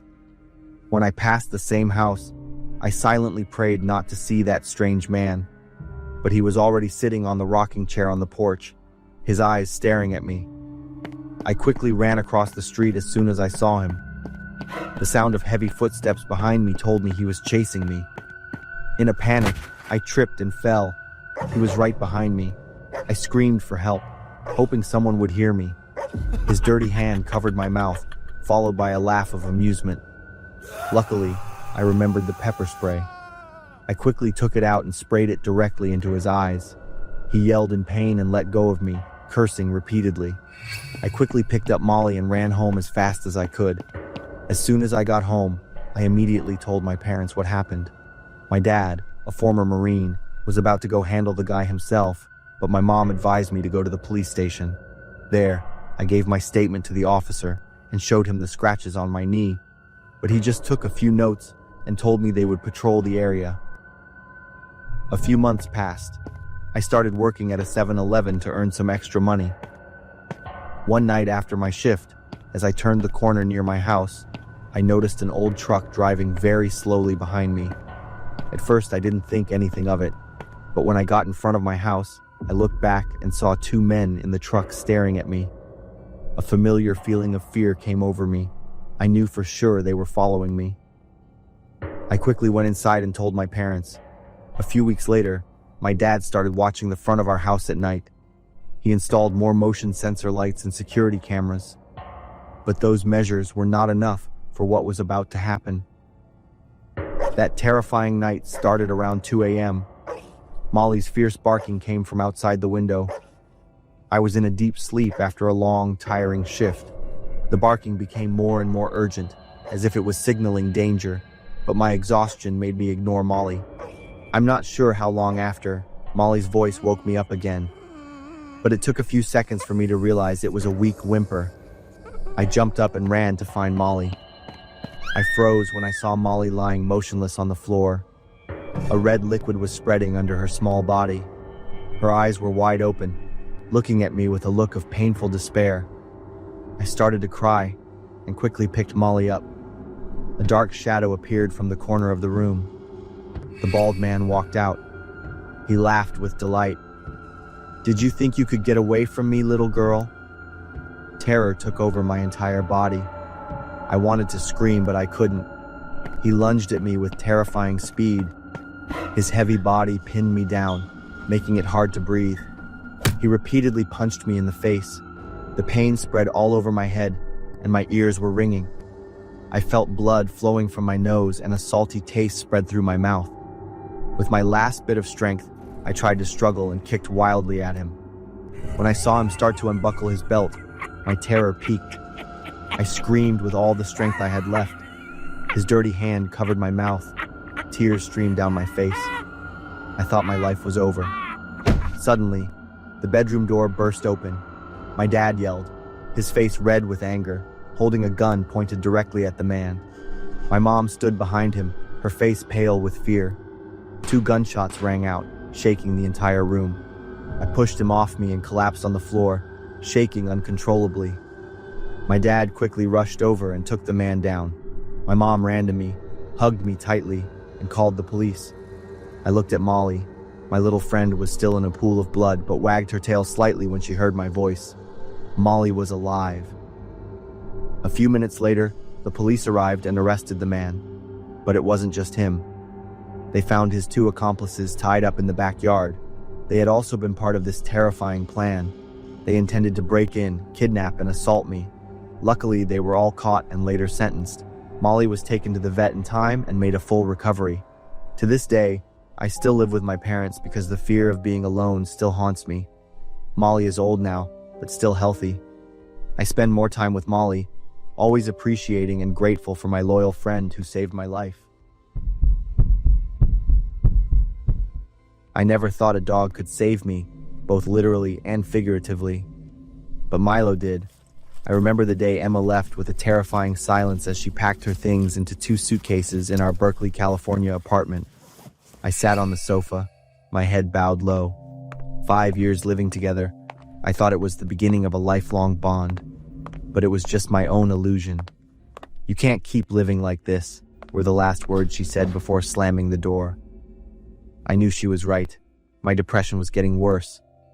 I was no longer the person she had loved, but had become an empty shell.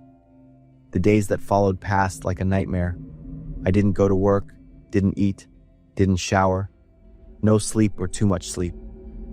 Darkness swallowed me little by little. Dark thoughts haunted my mind. The sleeping pills in the medicine cabinet became strangely appealing. I often wondered if things would be easier if I swallowed them all at once.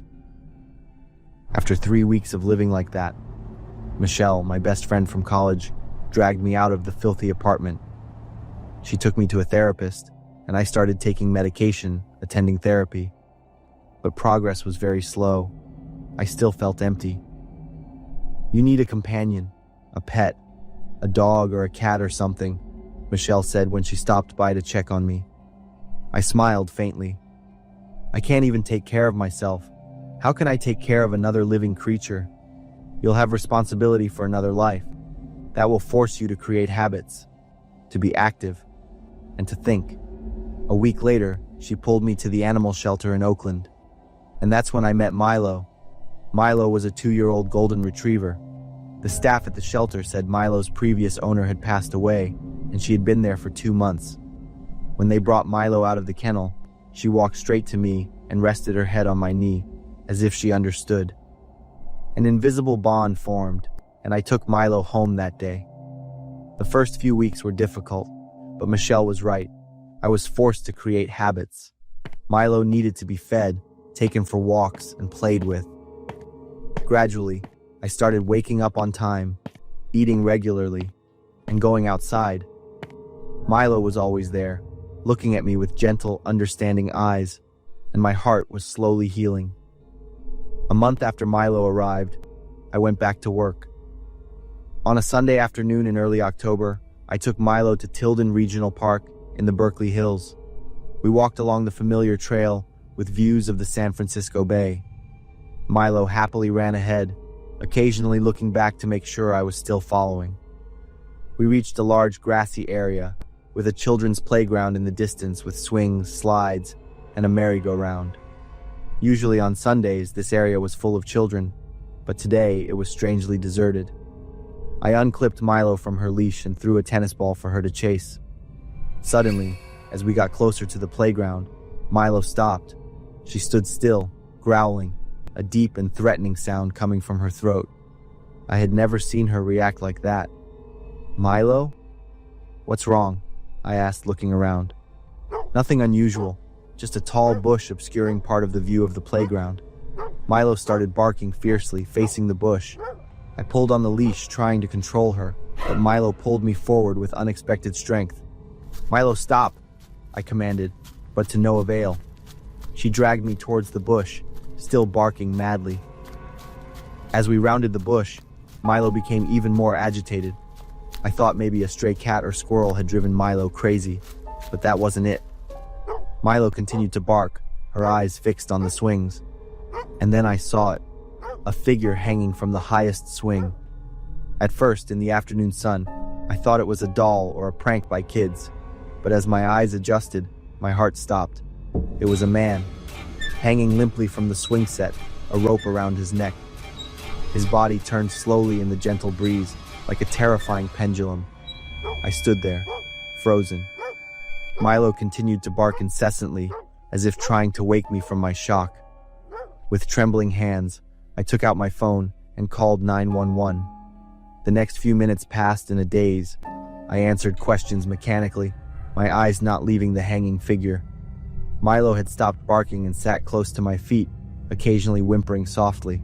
The police arrived within 15 minutes, followed by an ambulance. In the days that followed, I couldn't stop thinking about the man on the swing.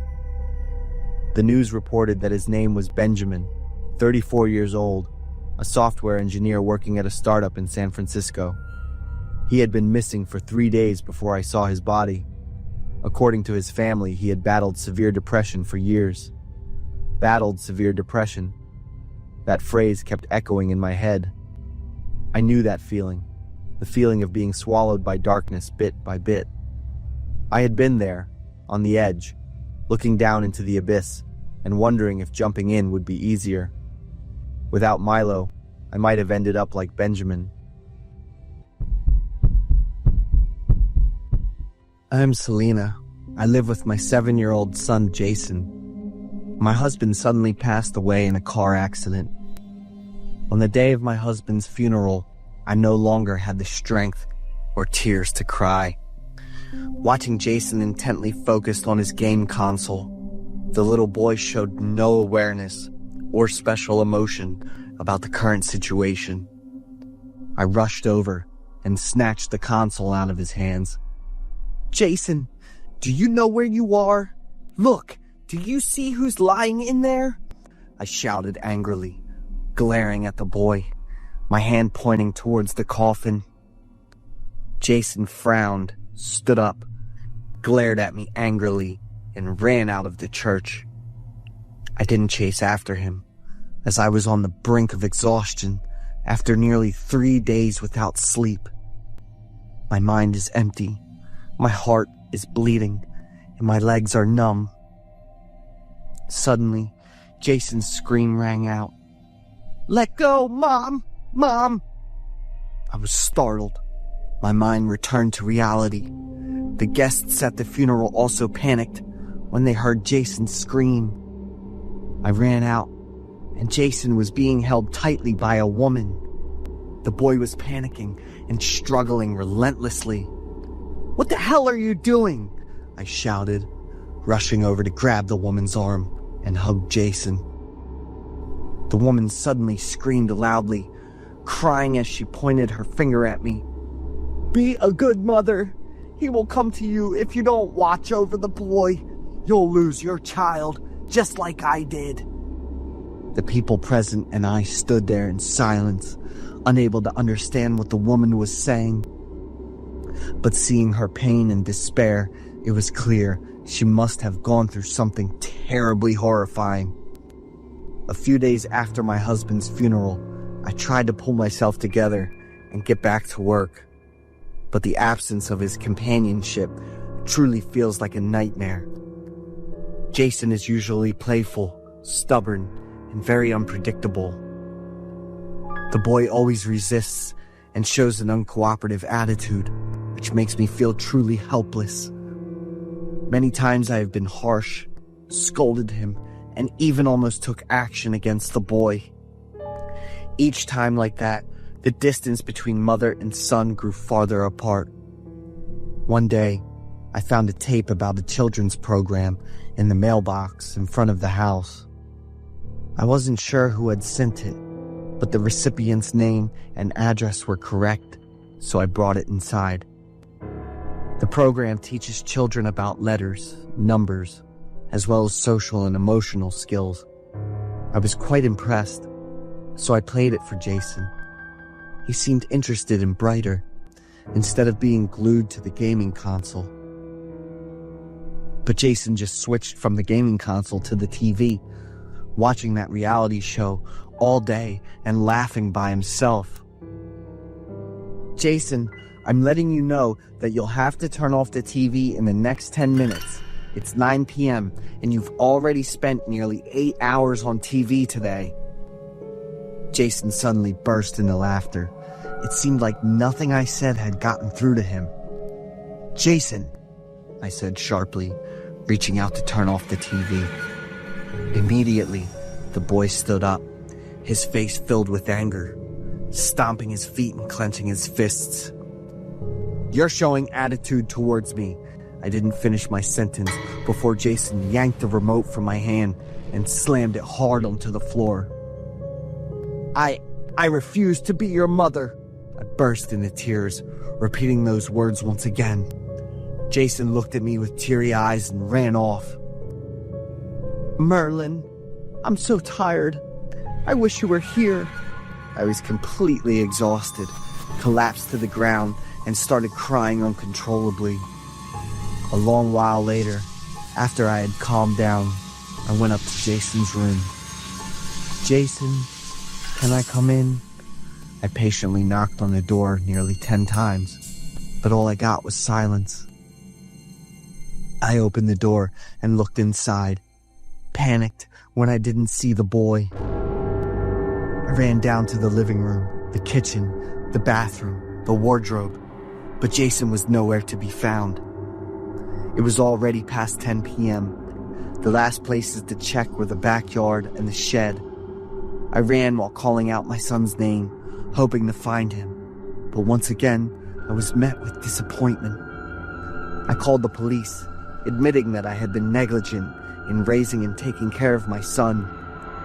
I couldn't sleep that whole night, sitting in the living room waiting, my mind burning with worry. I picked up the broken TV remote, filled with deep regret for having said those harsh words. You're feeling really sad, aren't you? I startled and looked around when I heard a man's voice.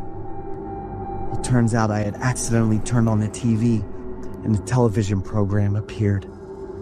A man in a brightly colored suit was sitting in a room full of colors, surrounded by puppets. If you're feeling overwhelmed and exhausted from endless scolding and your parents' rules, come to Mr. Sampson, where you can have your own paradise. After the man's words, the puppets excitedly screamed and cheered in response. His smile was very subtle and eerie, as if he were looking directly at me, challenging me. What the hell is this? I exclaimed in astonishment. So, for almost a week now, I've been letting my son watch this harmful stuff. I immediately called the police. Mr. Sampson, why are you only telling us this now? Your son is the 5th missing case linked to this name. The next morning, I was at the police station, along with the parents of the other 4 children. Is it you?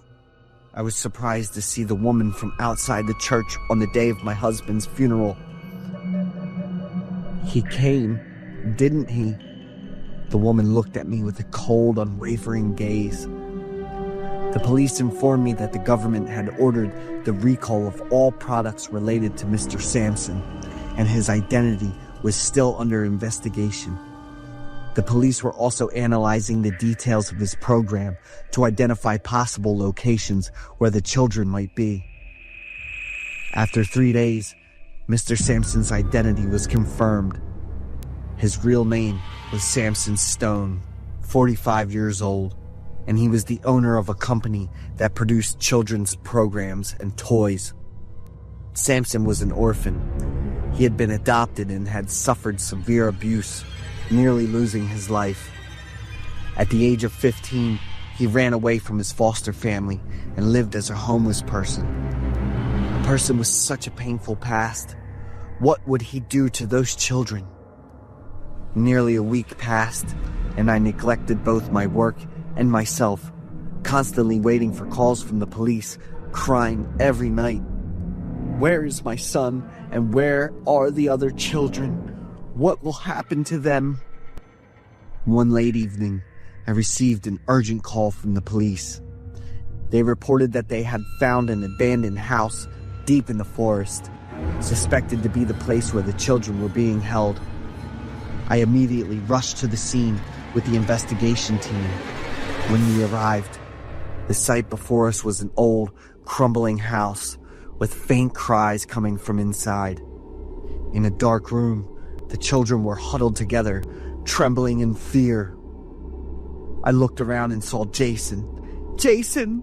I cried out through my tears and ran to hug my son tightly. Looking at the other children, I saw their empty, exhausted eyes, as if they had just gone through a terrible nightmare. Some of the children clung to their parents as soon as they arrived, while others were still too frightened to fully comprehend what was happening. In another room, filled with old toys and a large screen, was where Mr. Sampson's show had once been broadcast. The puppets hung limply on the walls, their hollow black eyes seeming to stare blankly at everyone. In the end, Mr. Sampson was caught while trying to flee at the airport. At the police station, he calmly laughed, showing no remorse. "I just wanted to give the children a happier life," he said. He spoke calmly, but his eyes were cold and calculating, revealing a hidden agenda. The case was closed, but the aftermath left unforgettable memories in the hearts of both Jason and me. We had to go through months of therapy to help Jason recover emotionally and regain a sense of normalcy in his life. I decided to spend more time understanding and bonding with my son.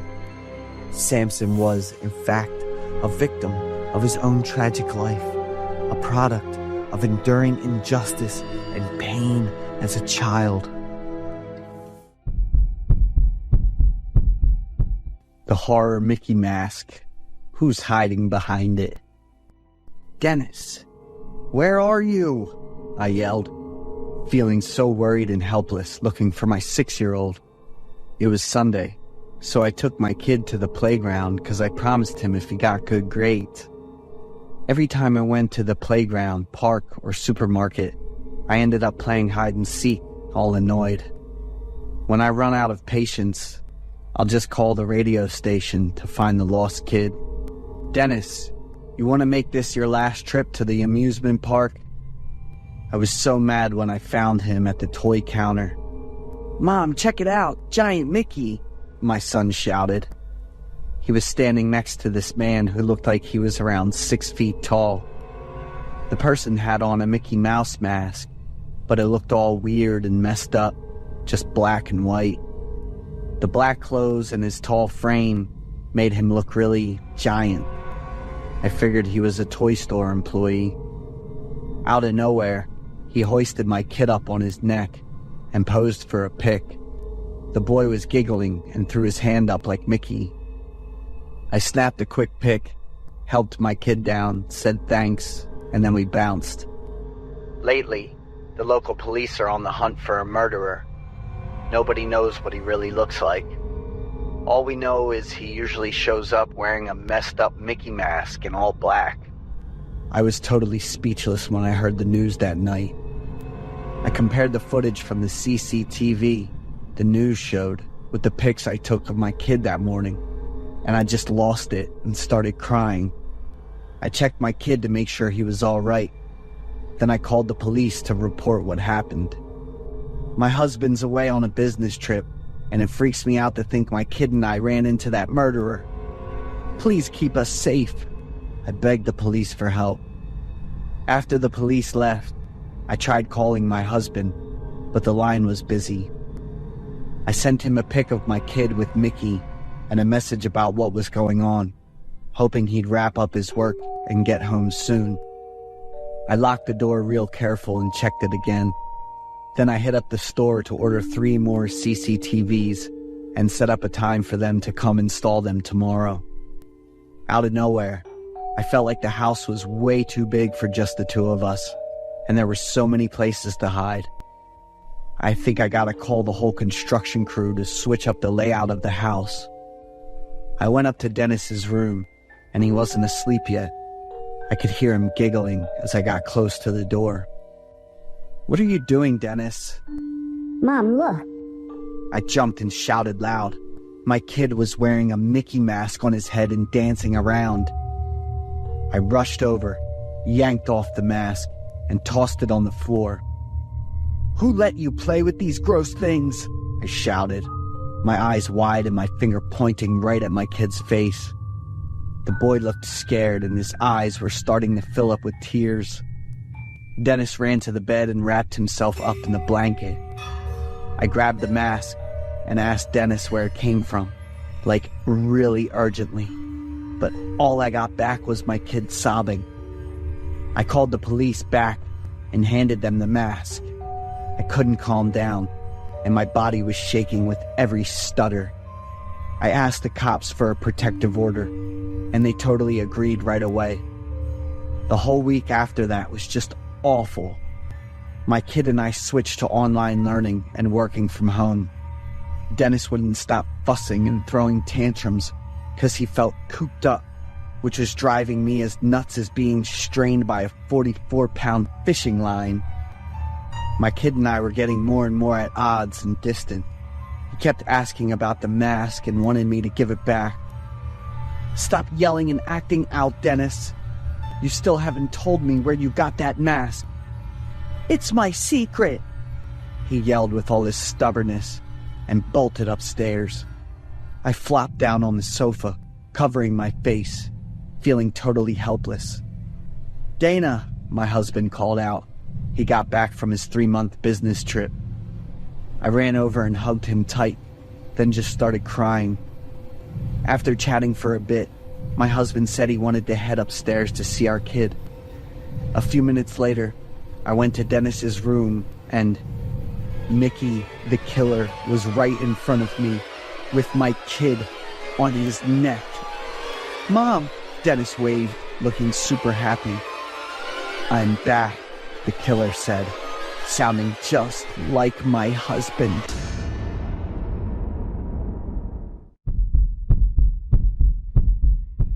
I'm Jack, 28, a software engineer in Austin, Texas. Tonight I drank more than usual at the bar near work. I was driving home, my mind hazy from the alcohol. That was a serious mistake. My car swayed on the highway. I tried to focus on the middle lane, my stinging eyes trying to stay wide open.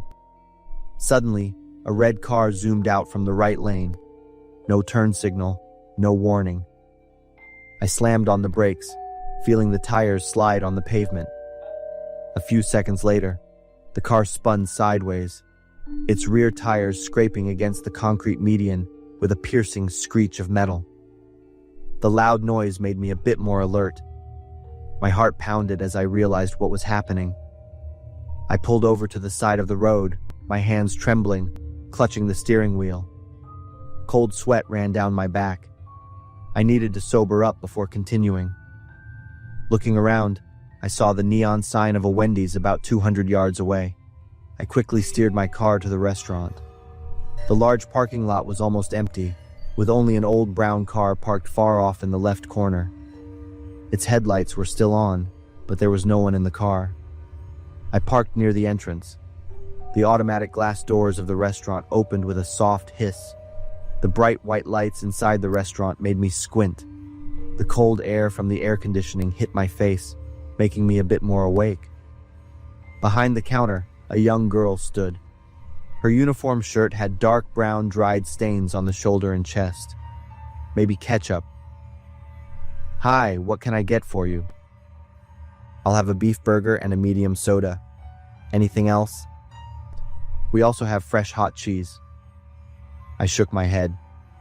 She nodded, then turned her back towards the kitchen. I looked around the restaurant while waiting for my food. Besides me, there were 3 other customers sitting at separate tables.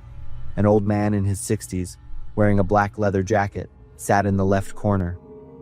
At a table near the window, a woman in a blue nurse's uniform sat looking out. In the middle of the restaurant, a young man in a team sports t-shirt sat in front of a tray of tacos. He kept scratching his left arm, leaving red marks. He scratched so hard, I saw blood seeping through his shirt. Something wasn't right with these people.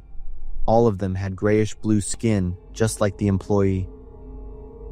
"Can you wait about 5 minutes? The meat's still grilling." The employee's voice, which I had just been thinking about, startled me. I nodded. "I'm going to the restroom for a bit. It's at the end of the hallway to your left." I thanked her and followed her directions. Pushing the door open, the stench immediately made me cover my nose. The toilet was overflowing with a thick, reddish-brown liquid. Toilet paper was scattered all over the floor, soggy and strangely colored. The mirror above the sink was cracked into many pieces, reflecting a distorted image of me. The faucet ran something rust-colored, with a strong metallic smell. I held my breath, quickly exiting, unable to bear it any longer. Reaching the hallway, I stopped, gasping for air. When I returned to the dining area, I froze midway. Something had changed. The restaurant was now full of people. Every table had customers, easily 20 to 30 people. Where did they all come from? I'd only been gone for 3 minutes, but the more I looked, the more frightened I became. These people weren't normal. Their skin was grayish blue, like spoiled meat. Some had open wounds bleeding. The man at table 3 was missing an eye. The woman sitting near me had a broken arm, bones sticking out. They were all eating intently. The sounds of chewing and swallowing echoed through the restaurant. "Sir Jack, your food's ready." I jumped. The employee had just called me by name, but I'd never told her my name. I walked to the counter on shaky legs. She handed me a red plastic tray. The burger was split open, the bun black, oozing a dark red liquid that smelled putrid. The soda cup held a thick black liquid with dead flies floating on top. "Thanks for visiting our store," she grinned, revealing blackened teeth. "You'll love working here." Working? I dropped the tray to the floor, food splattering everywhere. Immediately, I ran towards the exit, but it wouldn't open. I pushed hard, twisted the handle, kicked the glass door. But the door was like it was welded shut. "Jack, you can't go anywhere." I turned around. All the customers were standing up, looking at me. The old man from the corner table approached, and I clearly saw a large bullet hole in his forehead, brain matter smeared on his face. The nurse woman turned towards me, a rope tightly wrapped around her neck, the skin around the knot dark purple. "Welcome to the night shift," the young man in the team shirt said. He raised his hand. His left arm was just white bone from the elbow down. "You'll be serving customers just like us." I fell into extreme panic, turning back and continuously pounding on the door, screaming loudly, "No! I don't belong here! Let me go!" I ran to the window looking out at the parking lot. My car wasn't in its spot anymore. Instead, a car lay overturned. The front was crumpled as if it had just been in a crash. The windshield shattered. And through the broken driver's side window, I saw a dead body wearing a blue shirt and jeans, exactly like what I was wearing. Not just similar, it was me. I was dead. I hadn't been able to avoid the accident with the pickup truck. Now you get it, right? The employee moved closer, her feet not touching the ground. "We're all dead. Mr. Pete was shot in a store robbery. Linda ended it herself because of stress. Tommy died in a motorcycle accident. And now you join us." "I don't want to," I screamed, tears streaming down my face. "No one wants to. But this is where people who die in late-night accidents have to work. Forever." She handed me a red apron stained with red streaks. "Your shift starts now. Customers are waiting." I looked around. More people had appeared. All dead bodies. They looked at me with empty eyes. They were waiting for me to serve them. I screamed, thrashing, unable to accept the truth. Suddenly, I felt a massive headache. I clutched my head and collapsed. After opening my eyes, I found myself lying on the pavement next to my car, which was still intact. A police officer was leaning over me, shining a flashlight in my face. "Are you okay? We've seen you lying here for 15 minutes. Someone driving by called the police." I slowly sat up, my head throbbing. Looking around, I saw I was in the Wendy's parking lot. But the restaurant was completely dark. The sign read, "Closed." "Have you been drinking?" the officer asked, his gaze serious. I think I fell when I got out of the car. Maybe I passed out. Do you need an ambulance?" "No, I'm fine.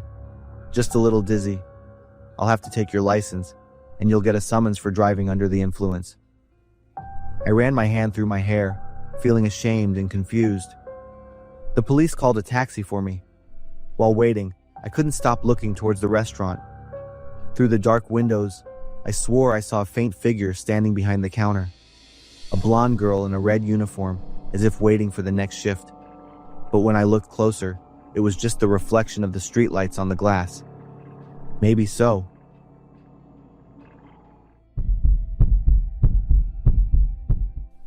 I'm Merlin, and I live out in the countryside. It takes about 30 minutes to drive to the nearest town. But I don't feel lonely because I've got a group of friends, and we're really close. Samson and I are both single. Vincent and his wife, Gina, have been married for over a year. After graduating with a degree in biology, we headed to the countryside to work on an agricultural project, and it turned out to be really convenient. It was the weekend, and Samson came over to visit. He and I started hanging out more since Vincent needed to spend time with his family. "Are you still talking to Vincent?" I asked Samson. "I was going to ask you the same thing. He's been missing for the past few days." "He's got a family now, and if they have another kid, finishing the rest of the project is going to be tough for us." I made a little joke, and both Samson and I just burst out laughing. Suddenly, there was a knock on my door. But it wasn't just a regular knock. It was fast, strong, and urgent. "Merlin, is Samson here? I need your help." Samson and I looked at each other in surprise. It was Gina, and her voice sounded distorted, like she had been crying. I opened the door, and Gina looked disheveled and smelled awful. I almost threw up. Her whole body was covered in dark red, and her neck and face had these red stains, like something had been splashed on her. Samson and I were shocked and asked Gina what had happened. Gina cried out, "Quickly, save Vincent! He... Samson and I immediately rushed to Vincent's house. It was less than a mile away. Inside the house, the scene looked like something straight out of a Japanese anime. The floor, the kitchen table, the walls, the furniture, everything was covered in red, just like Gina, and there was a really strong stench. The couple's pet dog was lying dead on the floor. I called out Vincent's name, and Samson, with a shocked voice, said, "He's here." I ran into the bedroom, and Vincent's body was emaciated. Just wrinkled skin remained. His eyes were bulging, and his lips were black. Vincent was breathing very weakly and with a lot of difficulty. Gina came in too, rushed over to hug her husband, and started crying. I quickly called the medical station, hoping they'd send a doctor since Vincent couldn't move in his condition. More than 10 minutes later, 2 doctors and 2 nurses showed up to give Vincent emergency treatment, and Gina also got a checkup. Samson and I waited in the living room. We looked at the awful scene in the house and kept asking, what on earth happened? Just 4 days ago, on Tuesday, we were still meeting to discuss the agricultural project. Vincent was fine then. He was happily talking about his plans to have children. How could a tall, muscular guy end up like this in just a few days? After Gina was examined by the doctor and took her medicine, she came back to the living room, looking exhausted, crying, and telling us everything. On the afternoon of the 3rd day, Vincent told his wife he was going hunting in the forest and took the family's golden retriever with him. By 6 o'clock that evening, Gina still hadn't seen Vincent come back. She figured he might have wandered around a bit or gone to check on the project's nursery. At 6:30, the dog, looking panicked and barking nonstop, ran back home, but Vincent was nowhere to be found.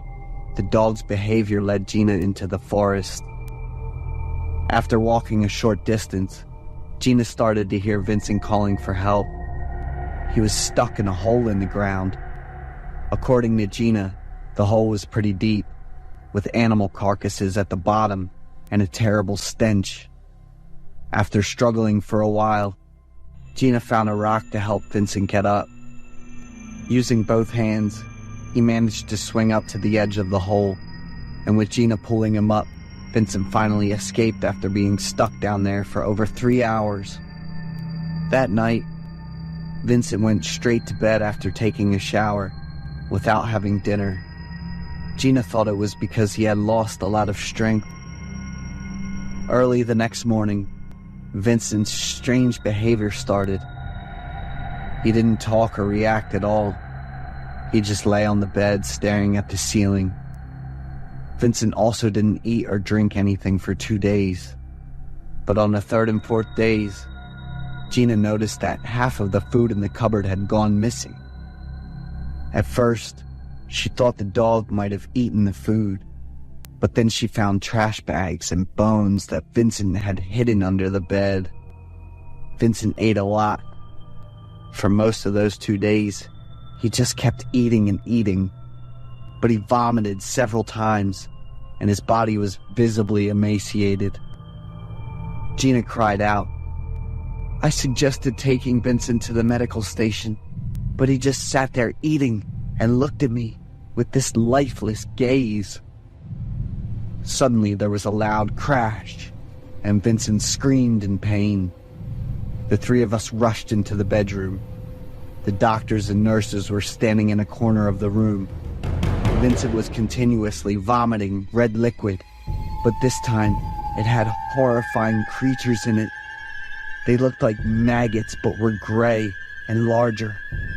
Vincent lay down on the bed, gradually fainted, and after examining him, the doctor said he had passed away. Samson and I looked at each other in shock, and Gina couldn't cry anymore and just collapsed. After Vincent's funeral, we asked Gina to take us to the hole where Vincent had fallen. Down there, we found a pile of animal carcasses, including deer, rabbits, and even wild boars. The stench and the countless wriggling gray maggots combined. Samson ran to get gasoline, poured it all down the hole, and set fire to everything. We couldn't accept Vincent's sudden and mysterious death. The forensics team took samples of Vincent's blood, flesh, and some of the gray maggots for further examination. Was it some kind of terrible parasite that we didn't know about? Almost a week after Vincent's funeral, Gina became apathetic and stopped talking to anyone. We hoped that Gina was just too sad about Vincent's death, and not that some kind of parasite was eating away at her.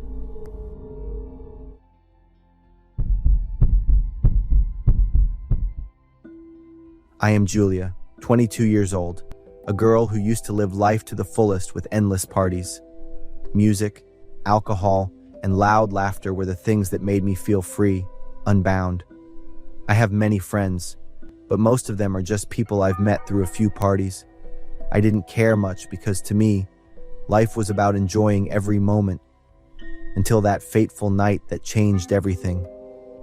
That day, I accepted an invitation to a party from Richard, a guy I had just met the day before at the bar. He had a dazzling smile and a gaze that knew how to capture attention.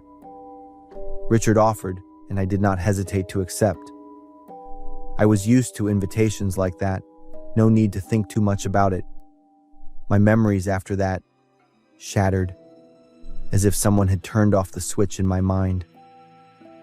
The last thing I remember is holding a cocktail, with the thumping music making it nearly impossible to hear anyone's conversation. A wave of dizziness hit, and then everything went dark.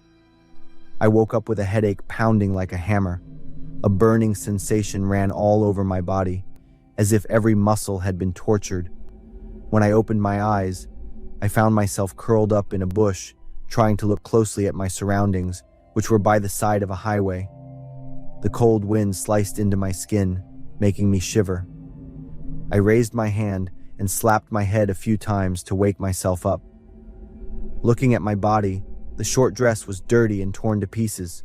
No phone, no purse, nothing at all. I sat up, my body trembling and my mind spinning. While being in a state of panic, I couldn't recall what had happened. A terrible feeling rose in my chest, a flood of questions about what I had been through, what horrible things had happened. All those questions spiraled deep into my mind, but there were no answers. I stood up, staggering toward the highway, with a faint hope of finding someone to help. Standing by the roadside, I waved at the first car that passed. Luckily, the sleek black car slowly came to a stop. The window rolled down, and a young man looked at me with a curious gaze, asking what I needed help with. I quickly ran over, almost begging him to give me a ride. The man gave me a brief, evaluating look, then smiled lightly and agreed. I sighed in relief, feeling that I still had a bit of luck left. But just a few minutes after the car started moving, I realized I'd made a mistake. He asked a few questions, and I naively told him everything about my situation. No one knew I was here, no money or phone, no way to protect myself. He suddenly fell silent for a moment, then burst into laughter, a laugh that sent a chill down my spine. "You have nice breasts. Hey, what color is your underwear?" His voice was slippery and disgusting. I froze, my heart pounding so hard I thought I could hear it in my chest. I stared at him, and he reached out and placed his hand lightly on my knee, his fingers sliding in a sickly slow motion. Instinct surged within me. Without thinking, I forcefully pushed his hand away and pulled the handbrake abruptly. The car jerked to a stop, the tires screeching against the road. I opened the door and rushed straight out. He shouted loudly behind me, but I didn't dare look back. On the side of the road was a small forest, dark and dense.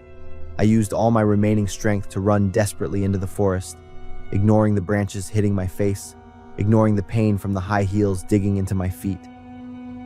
I didn't dare stop, didn't dare look back. I didn't know how far I had run until my legs felt like they were being torn apart, and my lungs felt like they were about to explode. I knelt down in the bushes, hiding in the darkness, tears streaming down my face. In the distance, I heard him call out, his voice full of menace. "Where are you, bitch? I'll just lick you once." I held my breath, clutching my body, praying for protection from God. A moment later, the sound of the car door slamming shut was followed by the roar of the engine as the car sped off. I still didn't dare move, unable to believe that everything was over. I sat there until the sunlight filtered through the tree branches and the silence enveloped the entire forest. As the sun rose higher, I crawled my way out of the forest. I stood by the roadside, my clothes dirty and torn, my eyes sore from crying all night. I raised my hand to flag down another car, and this time I swore I would only trust women. A middle-aged woman stopped. When she saw me, she opened the car door, her eyes filled with concern. I got into the car, my body still trembling. She asked if I was okay, but I couldn't answer. I was completely exhausted. A few days later, I was hospitalized for a health checkup. I needed to know if something had happened to my body, whether I had been assaulted or injected with something. The results showed that I had not been violated, but that didn't ease the haunting thoughts in my mind. That event changed me forever. I was no longer the girl chasing after meaningless parties, no longer trusting strangers just because they smiled at me. I understood that my own safety was the most important thing. I felt lucky to have survived, but I also hated myself for the naivety that had led me into that terrifying situation. That lesson, I will never forget. I had changed. No more party nights, no more impulsive decisions. I chose a different lifestyle, one that I could control, so that I would never have to face the fear I felt that day again. Alden is a perfect guy with all the qualities that any woman would want in a partner. Especially at the age of 35, Alden's masculinity and maturity attract a lot of admirers. Alden is in a relationship with Erica, a girl who has everything in perfect proportion. On March 13th, will you be mine? Your heart will be mine. That is the sweet proposal Alden made to Erica. Unlike other couples, Alden and Erica have been getting to know each other for 11 months. Alden didn't have to persistently court the beautiful woman to win her over. Erica also did not pose any challenges or difficulties.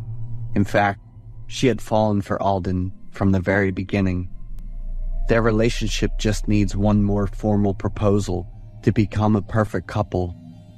Even though Alden has cared for and pampered Erica to the utmost for the past 11 months, Erica has also continuously given Alden the green light, showing her affection for him.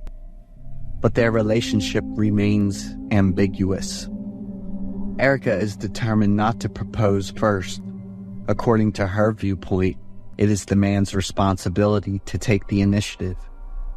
Erica takes care of her appearance, participates in classes on sports, cooking, art, and more. She continually improves herself, setting the goal to always be perfect and attractive. There are also many suitors around Erica, but she only has eyes for Alden. As for Alden, there are times when he shows indifference in the relationship. His words are very sweet and loving, but they are also full of underlying meaning and a hint of teasing. But Erica doesn't realize this. To her, Alden occupies her entire heart and mind. Alden has not given Erica any confirmation, which leaves her constantly worried. Erica is very afraid of losing Alden. It's not hard to see that the women around him have feelings for him. Moreover, their relationship is not official and clear, so Erica cannot assert her claim. A princess is always associated with images of beauty and perfection, but it's not only princesses. There are also witches with an enchanting, deadly allure. Erica has a blend of both. She once planned and staged a car accident. The victim was a young and beautiful girl, and as a result, she was left paralyzed from the waist down just for standing too close to Alden at a party. Not stopping there, Erica did not hesitate to gift a few scars on the arms, legs, and even the face to the girls who intended to flirt with Alden. One rival, who is extremely determined, declared that she would confront Erica and pursue Alden to the end. She is Daria, who possesses everything Erica has and more, namely the allure of youth and beauty. But just a week later, Daria vanished without a trace. The police searched for Daria for 6 months, and the clothes they found in the forest contained Daria's DNA. But it still has not been determined whether she is alive or not. Are you satisfied with what you've done? Alden's unexpected question left Erica stunned for a few seconds. Of course, I'm willing to do anything for you. Alden knows something. He just smiled and nodded. The moment Erica had been waiting for arrived. Alden proposed right in the car when he brought Erica home. Of course, she agreed without a second thought. But why March 13th? Why did you ask me to be your girlfriend on March 13th instead of today? That day is very special to me, and I want you to be a part of that specialness too. Alden's words melted Erica's heart. She loved Alden very much. On March 13th, Alden invited Erica to his home for dinner. Alden even prepared a beautiful dress for Erica to wear that day. At exactly 7 p.m., Erica arrived at Alden's house. As she entered, Erica heard music and saw romantic candlelight, which made her heart race. But she was very surprised by the happy birthday message decorated on the wall. Alden stepped forward, holding a birthday cake with a lit candle in the shape of the number 36 on top. You didn't tell me your exact birthday. You are the most wonderful gift. Will your heart be mine? Erica happily nodded. and embraced Alden. After many days of waiting, hoping, and worrying, Erica became Alden's girlfriend. Erica can confidently say that they are a couple. They had dinner together. Erica continuously talked about their future plans and dreams with immense enthusiasm. Alden simply smiled lightly and did not respond. "Eat quickly, because you're about to leave soon." Erica looked at Alden in confusion, not understanding what he meant. "I will take you to a very wonderful place. Let's cut the cake first." Alden placed the cake in front of Erica. He went around to the back of Erica's chair, leaned in close to her ear, and whispered, "Are you ready?" Erica had no time to react. A knife was plunged straight into her left chest. An hour later, Alden stepped out of the house with a satisfied expression, his mouth still smeared with blood. Alden drove away with the body of a woman without a heart in the trunk of the car. The cycle of the next 11 months continued as Alden searched for another heart, the 13th heart.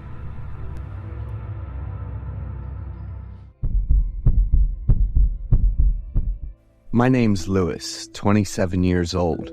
I graduated from University of California, Berkeley, majoring in museum collections and studies. A few months ago, I was transferred to work in the Smithsonian, one of the most well-known museums in the United States. Since I would be working in R&D here, I felt pretty excited about it. On my first day of work, I decided to have a walk around the museum, seeing the vast collection of it. I happened to come across Fiona, an employee who was the same age as mine, with 1 year experience. She also shared the same position as I was. We got to know each other and quickly felt like a good match. Fiona showed me around the place, introducing the artifacts along the way. To be honest, I wasn't paying much attention to the things she said. I was more attracted to her joyous face and those beautiful brown eyes. A few minutes later, we're given tasks by administration to receive the latest artifacts just arriving this morning. Fiona took me to the artifact collection room. In this room, there's a lot of very, very precious artifacts of huge historical value, requiring great care and handling. Fiona would run through the initial inspection while I did the note-taking for categorization. The last artifact we received was a wooden cube with strange marking on the surface. Each side measured about 1.3 feet. The object was made of wood, covered in a rather thick layer of dust. We felt kind of weird about this artifact. None of us had any information about it. On the right side, there was a rotatable metal knob. I guess it was the artifact opening mechanism, so I did turn it a bit, trying to open it. Fiona immediately voiced her concern, yet it was too late, for I had already committed. For each turn came a small click, as if you're winding up an antique music box. I was fascinated by this object, while Fiona was really spooked by this. The knobs had been turned all the way and no longer moved at all.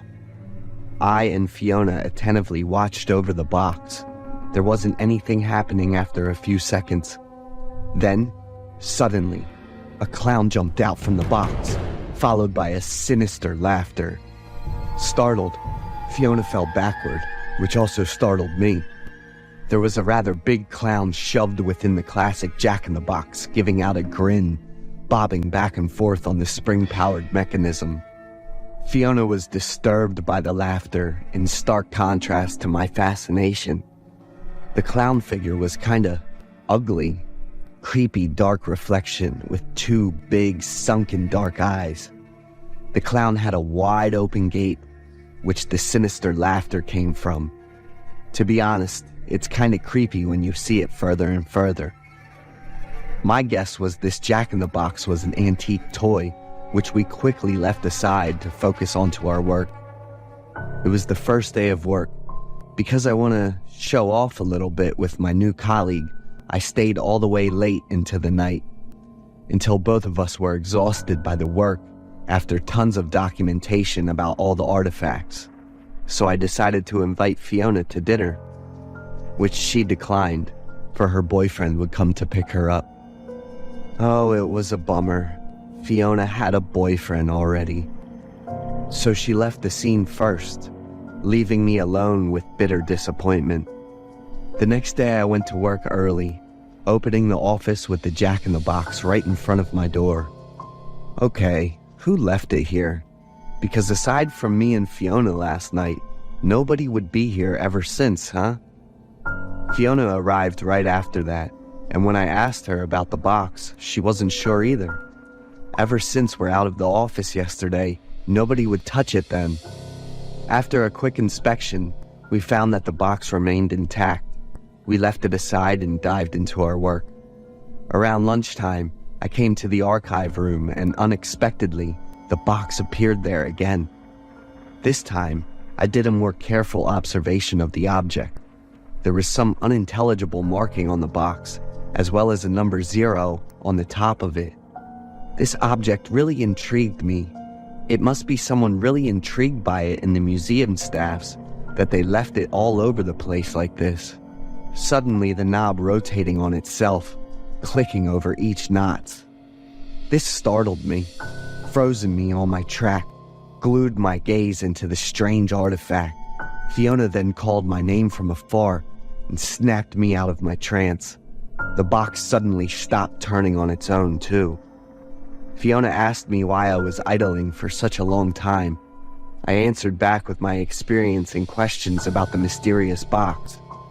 She put that aside immediately, telling me about the incoming expo. We would have a lot of work to do. The mysterious box was an unnecessary distraction. I left, nonetheless, questions about the box ringing within my head. That day, we finished our work very late. Yet we're contented. We'd made good preparation for the incoming exhibition. So needless to say, our frustration when we arrived to work the next day. Everything we'd prepared was now all over the place, some heavily damaged with blood running all over. In the corner was a body of a robust man, wearing dark clothes with a black-colored balaclava that was now torn heavily from his badly bruised and lacerated body. On his neck was a bite mark that was too wide and deep. The bite mark clearly wasn't of human origin. The police arrived quickly, cordoned off the crime scene, and we had no other choice but to cancel the exhibition. The museum suffered heavily due to many precious artifacts suffering irreparable damage. A quick investigation told us that the dead man was indeed a museum thief. Cause of death was announced to be heavy exsanguination, yet the evidence toward the perpetrator was nowhere to be found. The police kept every one of us round up for investigation. The days afterward were hell. None of us, me and Fiona including, could have enjoyed the atmosphere here. And the creepy things didn't stop there. Another day, our project manager also disappeared. He hadn't been around for many days now. Also, no traces of him running away were discovered. I had just been working for half a month, but many bad things had been going on here already. One late night, when I was walking across the hallway to go home, suddenly I spotted something down in the darkness. Attentively listening, I immediately recognized it to be the Jack-in-the-Box. I wasn't wrong. It was right there, down the hallway. I suddenly felt something wasn't right about this artifact. Carefully picked it up. I could feel the knob automatically turning. The sensation made the hair on my back puff up. Even weirder, I could see the number on it slowly turning into number 2. Suddenly, over the dark corridor, there appeared a dark shadow, which seemed to be a man, a very tall man, dressed up in raggedly strange clothes. I stopped dead on my track in a sudden dread, before slowly regaining my composure, getting closer, and yelling out to see who that person was. A loud, crazy laughter echoed from the dark corridor, hit me like a truck, prompted me to drop the box onto the floor. The laughter was exactly like the one from the Jack in the Box. I was frozen and dead, unable to move any muscles. On the other side, as soon as Fiona called out for me, the shadow and the creepy laughter disappeared. Instead, it was her silhouette appearing on the wall. Everything happened way too fast for me to know what happened. I wasn't sure if it was real or just all my imagination. So I decided not to tell Fiona what had happened. But I told her that I was going to put the Jack in the Box aside to archive room and head home soon. When I headed for home, Fiona was there waiting for her boyfriend. The next morning, Fiona didn't go to work. I was shocked when I was told that Fiona had been admitted to the ER last night. When I came to visit, Fiona was in a deep coma with countless wounds on her body. On her neck was a similar bite mark to that dead museum thief. Her boyfriend told me when he came to pick her up, he heard a call for help and some crazy laughter in the dark. When he found her, she was already in a deep shock, blood covered all over her body. I came back to work with a lot of thoughts in my head. First thing first, I needed to test my theory, so I brought out the box, seeing the number lingering between 2 and 3. So if Fiona completely passed away from the assault, the number would completely turn to 3? I decided to turn the box's knob, prompting the creepy figure to pop out, which I looked at closely, trying to figure out what it truly was. Later this afternoon, the police discovered the body of our project manager on the rooftop of the museum complex. He died due to the combination of blood loss and similar wounds, just like Fiona and the thief. Also, at the same day, a man with a lot of wounds and healing scars came forward to meet me. He confessed to be the second thief of that night and luckily survived the attack. He wanted me to discuss a few things. I took him into my office under the escort of the police. The man could no longer exude his emotion after the badly mauled face, yet I could read the fear, the terror within his eyes. His name's Owen, and the other thief who couldn't make it was Gary. That night, they planned the heist meticulously, and Gary, upon seeing the box, put it into the trophy bag. It was almost perfect, until suddenly, the creepy laughter came together with the sound of a winding knob. Owen could clearly remember the giant of a man, dressed up in an ancient outfit of a clown, a jester, attacking both of them. He was supposed to be another victim, but he fought tooth and nail to escape death. Owen lifted up his sleeve, showing up a giant bite mark, still bloodied, and had no time to heal yet. I knew Owen came to me due to the fact that I was the only one who would believe him. As we were exchanging our words, suddenly, the jester creepy laugh echoed from the dark corner. We turned around and were greeted with the sight of the Jack in the Box. Okay, how the hell did that thing come here without any of us noticing? The terror-induced clown stood looking at us, twisted and turned its body side to side as if taunting us. Do you think that Lewis and Owen could have escaped the attack of the clown? What would happen to Fiona? Let's discuss in the comments section below. Welcome back to MHS, Midnight Horror Stories. I know that many of you turn to these videos as a gentle way to unwind and ease into sleep. So before you drift off tonight, could you help me with a small favor? Just leave a quick interaction, a comment, a like, or let me know where you're watching from and what time it is. My goal is to hit around 200 likes within the first 24 hours. Simple actions like these help YouTube appreciate the content and spread the show to more people. Now then, let's dive into tonight's horror stories. On our way back from a long trip, we just wanted to get home. But a stop in the middle of a rainy night made everything take an unexpected turn. That was the night I learned that not everyone who knocks on your car window needs help. My girlfriend and I had recently taken a long road trip to California. The trip there was completely normal. However, on the way back home, we started in the middle of the day, and most of the drive was at night. We were tired after the trip and just wanted to get back to our cozy home as soon as possible. The trip took about 10 hours each way, not including stops for food. We stopped to eat twice, the first time after about 3 hours of driving, and then again late at night. We got off the highway around 12:30 a.m. and went to the nearest Wendy's to eat. The late-night atmosphere was quiet, with only the sound of the car engine and the dim neon lights from the stores that were still open. We got back on the highway. I was driving and eating my chicken nuggets. My girlfriend hadn't finished her Baconator, but she wasn't in the mood because I kept rushing her. I knew she was annoyed, but I just wanted to get home sooner. Not long after we got back on the highway, it started to rain. My girlfriend made me pull over. She didn't want me to eat and drive in bad weather. I was a little annoyed at being told to stop. A feeling of frustration and exhaustion washed over me, but I also understood that she was just worried about our safety. When we pulled over, it started to pour. I had just finished eating, and then we heard a thump on the window. The sudden sound startled us. At first, I thought it was just the noise from the rain. But when I looked out the window, I saw a figure.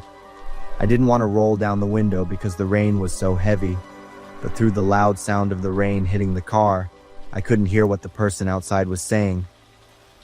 I only opened the window a small crack and asked the person what they needed. It turned out to be a woman. She was soaked and looked terrified. The sight of her made me feel both pity and unease. She asked for a ride. I couldn't refuse in that condition, so I told her to get in the back seat. My girlfriend looked at me with a look of confusion as if asking, "Why did you let her in?" And I could feel her anxiety from the way she squeezed her hands together. I asked the woman where she was going, but she didn't answer.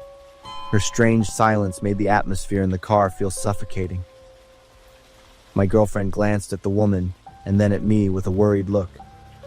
I looked at the woman in the back seat through the rearview mirror. I thought she didn't hear me. I repeated my question, and she was still silent. The tension in the car grew thicker. I said loudly that I would let the woman out in the next town we passed. Still, there was silence.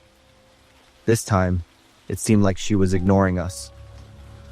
My girlfriend gave her a look of annoyance. About 20 minutes later, the rain had stopped, and we were able to move. We got back on the empty highway. Suddenly, a piercing scream came from the back of the car, and the woman in the back seat suddenly put her arms around my neck and choked me. Everything happened too fast to think. I couldn't breathe. The car swerved, and I quickly slammed on the brakes, almost sliding into the median. My girlfriend screamed at the woman to stop and started scratching her face. The woman's screams became more and more frantic. As soon as I got free from the woman, I quickly got out of the car, my breathing uneven from the shock I had just experienced. I went to the passenger side door, helped my girlfriend out, and then opened the back door and pulled the woman out of the car. She started to beg, "Please, please." That was all she had said since we met her. Her voice and appearance were pitiful, but I didn't feel safe at all when I looked into her eyes. It wasn't the look of a normal person asking for help, but something empty and terrifying. I ignored her, and we got back in the car. As I put the car in gear, there were thumps on the window. Her screaming was like a crazy mental patient. That sound haunted me for many nights afterward. I locked the doors and drove away quickly. My girlfriend immediately called the police and warned them about a strange woman wandering on the highway. Her voice was shaking, and she was probably still in shock after what happened. We didn't stop again and drove straight home. We both knew we had just escaped something terrible. The remaining miles home passed in heavy silence. Each of us was lost in our own thoughts about what had just happened and grateful to still be alive. Months have passed since the incident, and I still can't forget the look in that woman's eyes every time I drive on a lonely road at night. The feeling of unease still haunts me, making me always check the car doors and be more cautious of strangers asking for a ride.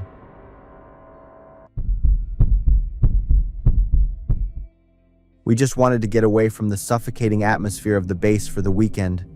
None of us thought that a simple road trip would lead us to face something unexpected.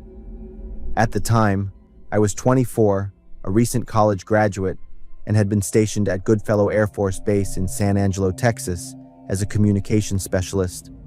Life on the base was pretty boring, just work and long nights in the barracks.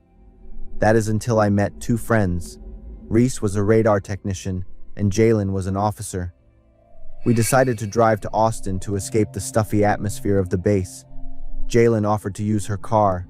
We left in the morning, and the road stretched out straight through the dry fields. There weren't many cars on the road. Only a semi-truck would pass by now and then. About an hour into our drive, Reese looked behind us. She pointed to a black Tahoe that was driving behind us. It's been following us for a while now. I didn't think much of it until Reese kept watching. When Jalen sped up, the Tahoe also sped up. When we slowed down, it also slowed down, always keeping the same distance. Jalen tried changing lanes, and the car also changed lanes. The Tahoe had black tinted windows, so we couldn't see who was inside.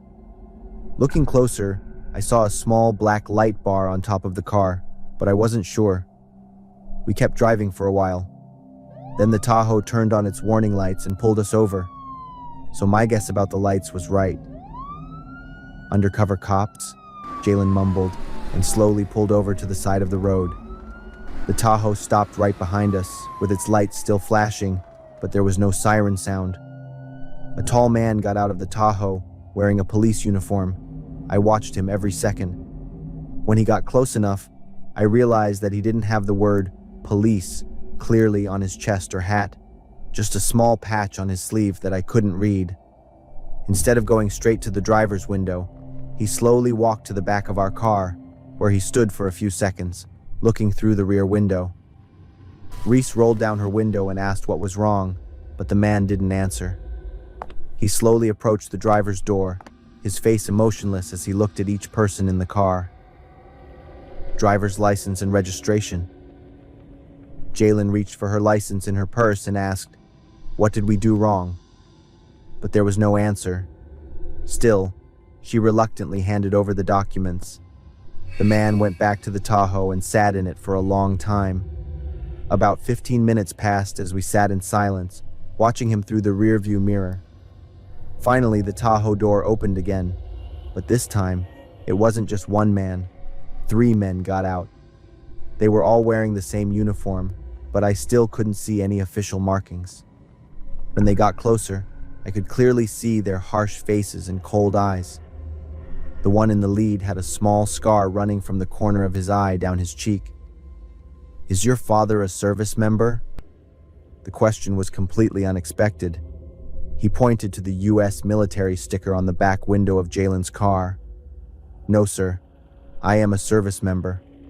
"They are too," Jalen replied with confidence. At that moment, I saw a change on the man's face. His body seemed to freeze. His eyes quickly glanced at the 2 men standing behind him. A few seconds of tense silence passed. Then he turned back to Jalen. His face was suddenly more relaxed, but his voice was awkward. "Okay, all right.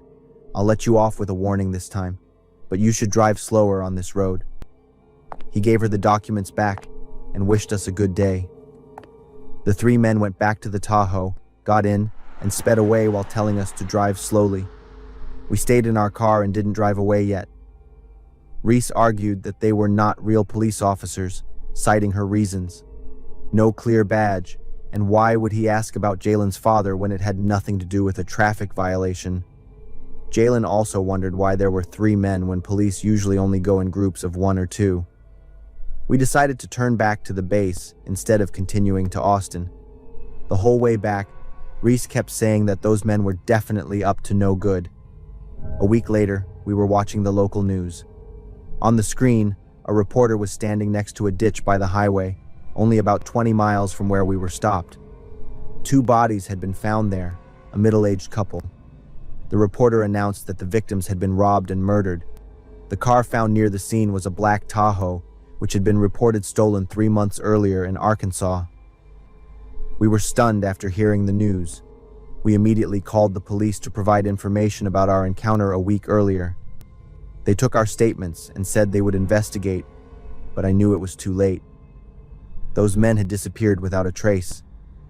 To this day, I still wonder what would have happened if we didn't have that military sticker on the car. I'm certain that it saved our lives that day.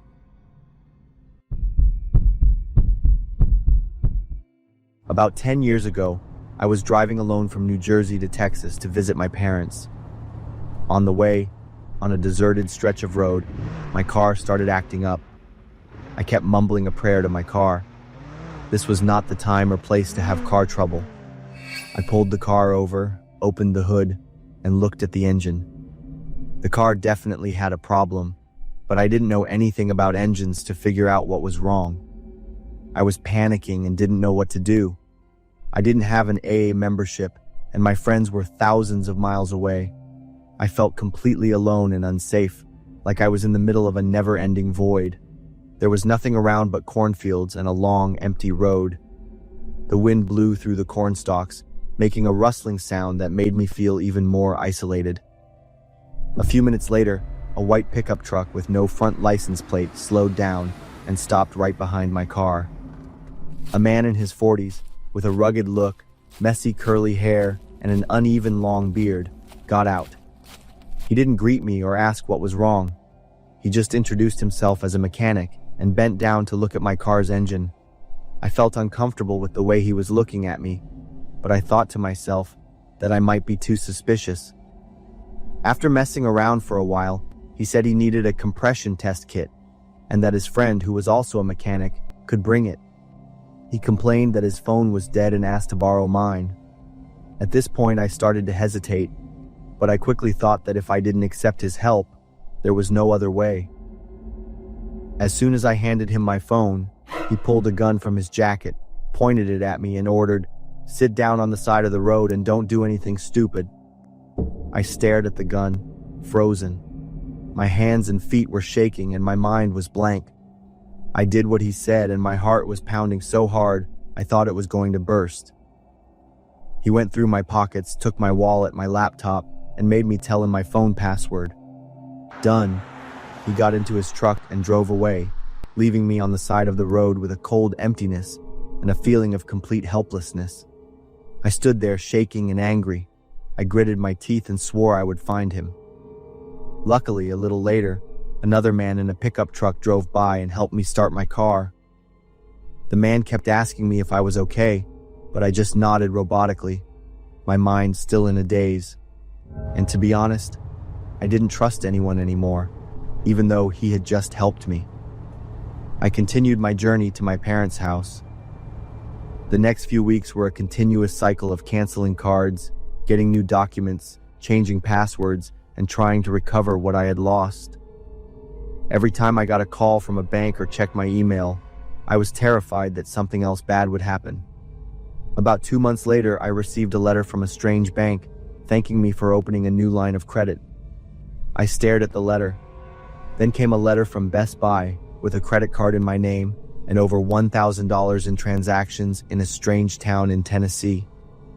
At that moment, I remembered that my Social Security card was in my wallet when it was stolen. Now he had enough information to become me. I threw the letter onto the table and ran my hands through my hair. The feeling of helplessness and anger welled up. The nightmare wasn't over. My life quickly fell into chaos. A series of debts, new credit cards, and bad credit reports appeared. I filed a report with the FTC, put a fraud alert on my credit, and froze my credit. The police weren't much help because I didn't have the bastard's name or license plate number. The road where the robbery happened also didn't have any surveillance cameras. Every phone call, every time I had to explain the story, exhausted me more. I also called the police departments in the towns where the fraudulent transactions happened, but everything was still at a dead end. It felt like I was fighting a ghost. The breaking point was when my health insurance company called, saying that someone had been admitted to the emergency room in Georgia under my name creating a fake medical record. At this point, I couldn't take it anymore. My blood was boiling with rage. I spent all my free time trying to track him down. The image of his rugged face kept appearing in my mind, urging me not to give up. One night, I checked Craigslist in the areas where the fraudulent transactions happened. My eyes were tired from staring at the screen for hours. In Tennessee, I saw a post selling electronics and miscellaneous items, all of which matched the items that were charged to the Best Buy card in my name. I finally had a lead. I contacted him to buy the items, of course, through text messages. A few days later, he asked to meet in a public place and requested cash. I considered driving there myself, but I was afraid I would lose control, so I called the police department there. The details I gave them made them agree to work with me. I also talked him into revealing that he drove a red pickup truck. That day, the police set up an ambush. I was not at the scene, but waited for the results at the police station. As soon as he saw the patrol car, he sped away, lost control, and drove into a ditch. He was arrested very quickly. The crash wasn't very serious. Even more surprising from his confession, the police tracked down a professional criminal group. They specialized in targeting tourists and solo drivers on interstate highways. In the end, they were all arrested, charged, and went to prison. When I heard the news, I felt both relieved and bitter. The losses and the fear were still there, but at least this time, justice was on my side. I collapsed into a chair, and the last tears rolled down my cheeks. I no longer drive at night, no matter how long or short the distance is. If I have to, I'll ask someone to go with me. And even though I don't drive at night, I signed up for an AAA membership. You never know what kind of unwanted situations you might get into. So, be careful, and be prepared so you can handle everything as smoothly as possible. That's the expensive lesson I learned. My name is Lily, and the story I'm about to tell took place when I was 10 years old. My family moved to a remote countryside area in Montana when my father got a new job. Our house was quite small, made of wood, nestled between rolling hills and endless stretches of pine forests. The landscape here was very peaceful, to the point where sometimes I felt completely isolated from the world. My father was a carpenter. He often spent hours in his workshop, making tables and chairs that he was very proud of.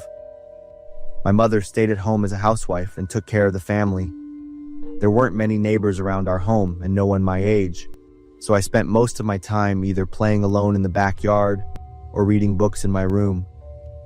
I loved the sense of freedom here, but at times, the solitude made me feel uneasy. About half a mile from our house stood the old house of Mr. Howard, with peeling paint and a sagging porch. He was elderly and lived alone. People around here said he used to be a soldier, but ever since returning from the war, he lived in isolation, rarely interacting with anyone. Mr. Howard would often stand by the gate, staring at me when I came home from school, his deep-set eyes sending shivers down my spine. I wasn't sure if it was just his odd habit. Everyone in the village avoided him, and I wasn't an exception. One afternoon, as I was walking home from school, I had the feeling that someone was watching me from afar. I slowly turned around to check, and was startled to see Mr. Howard standing on his porch, staring intently at me. I greeted him, keeping the proper respect for an elder, then walked away faster. When I looked back, thinking I'd gone far enough, I was shocked to see Mr. Howard still standing there, eyes never leaving me.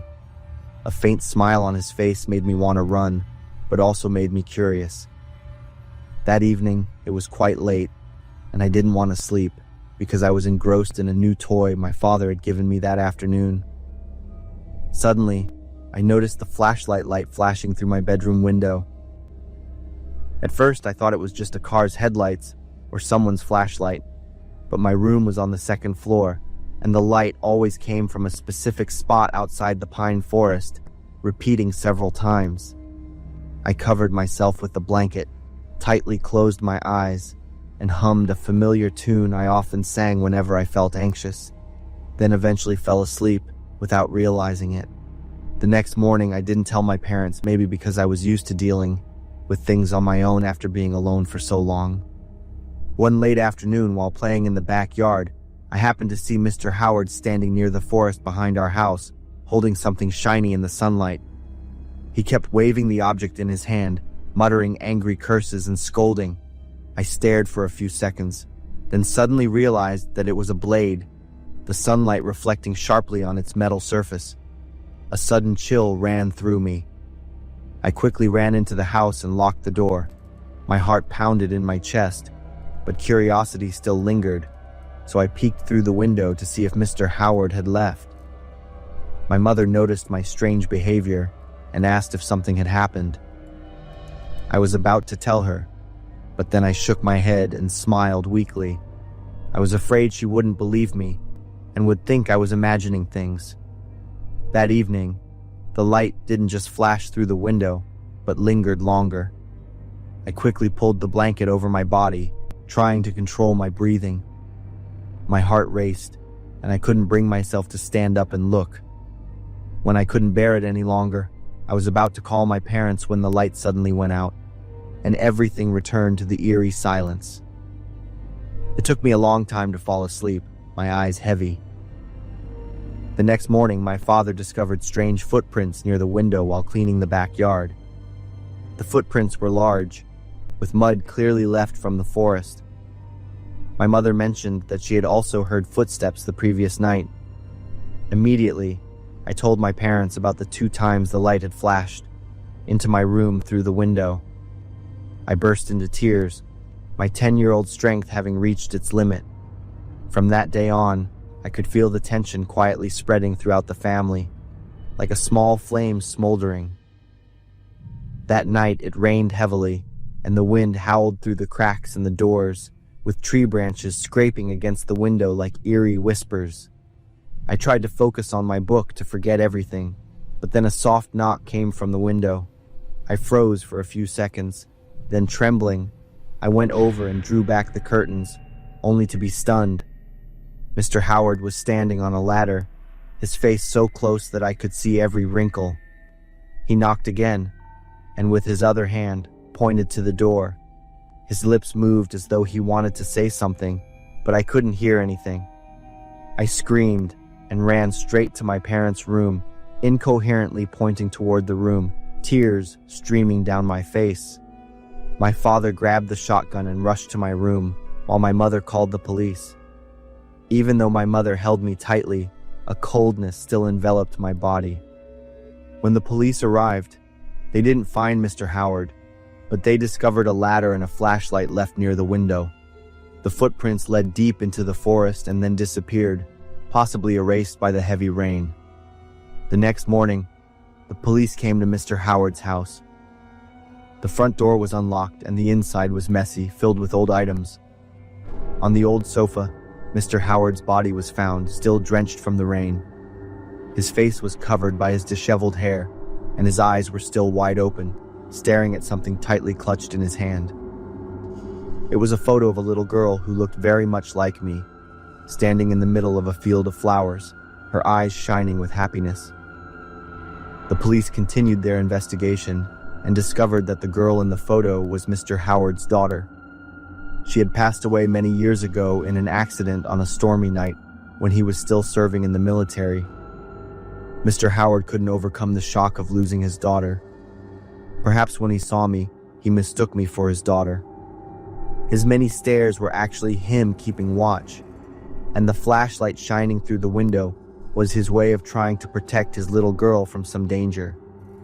In his journal, the police found a scrawled note: "Be careful. Don't let them take you." One evening, I ran into the backyard to retrieve a toy I had dropped. Suddenly, from the direction of the forest, I saw the faint light of a flashlight flash and then disappear quickly. My heart pounded in my chest, and I stood frozen, unable to take my eyes off the spot. A chilling, indescribable feeling of unease engulfed me. Since then, the flashlight beam has always been a haunting presence for me. Every time I see a flicker of light in the dark, I remember that moment, and the fear rushes back. Now, as an adult, I look back at everything and wonder, could the flashlight that shone into my room that night not have been Mr. Howard? Maybe he was just trying to protect me from some other danger. I'm just thankful that my family is still safe to this day.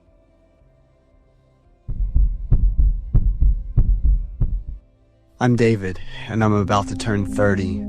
I'm single and living in Tucson. I'm an office worker in the finance field. I have an ideal work environment, friendly colleagues, a job I love, and I can develop myself a lot. A few months ago, a female employee joined my department. She's very beautiful, a perfect combination of European and Asian. I was impressed with this girl from the first meeting. Unlike other new hires, she wasn't introduced by the management on her first day at work. She came to my office and introduced herself.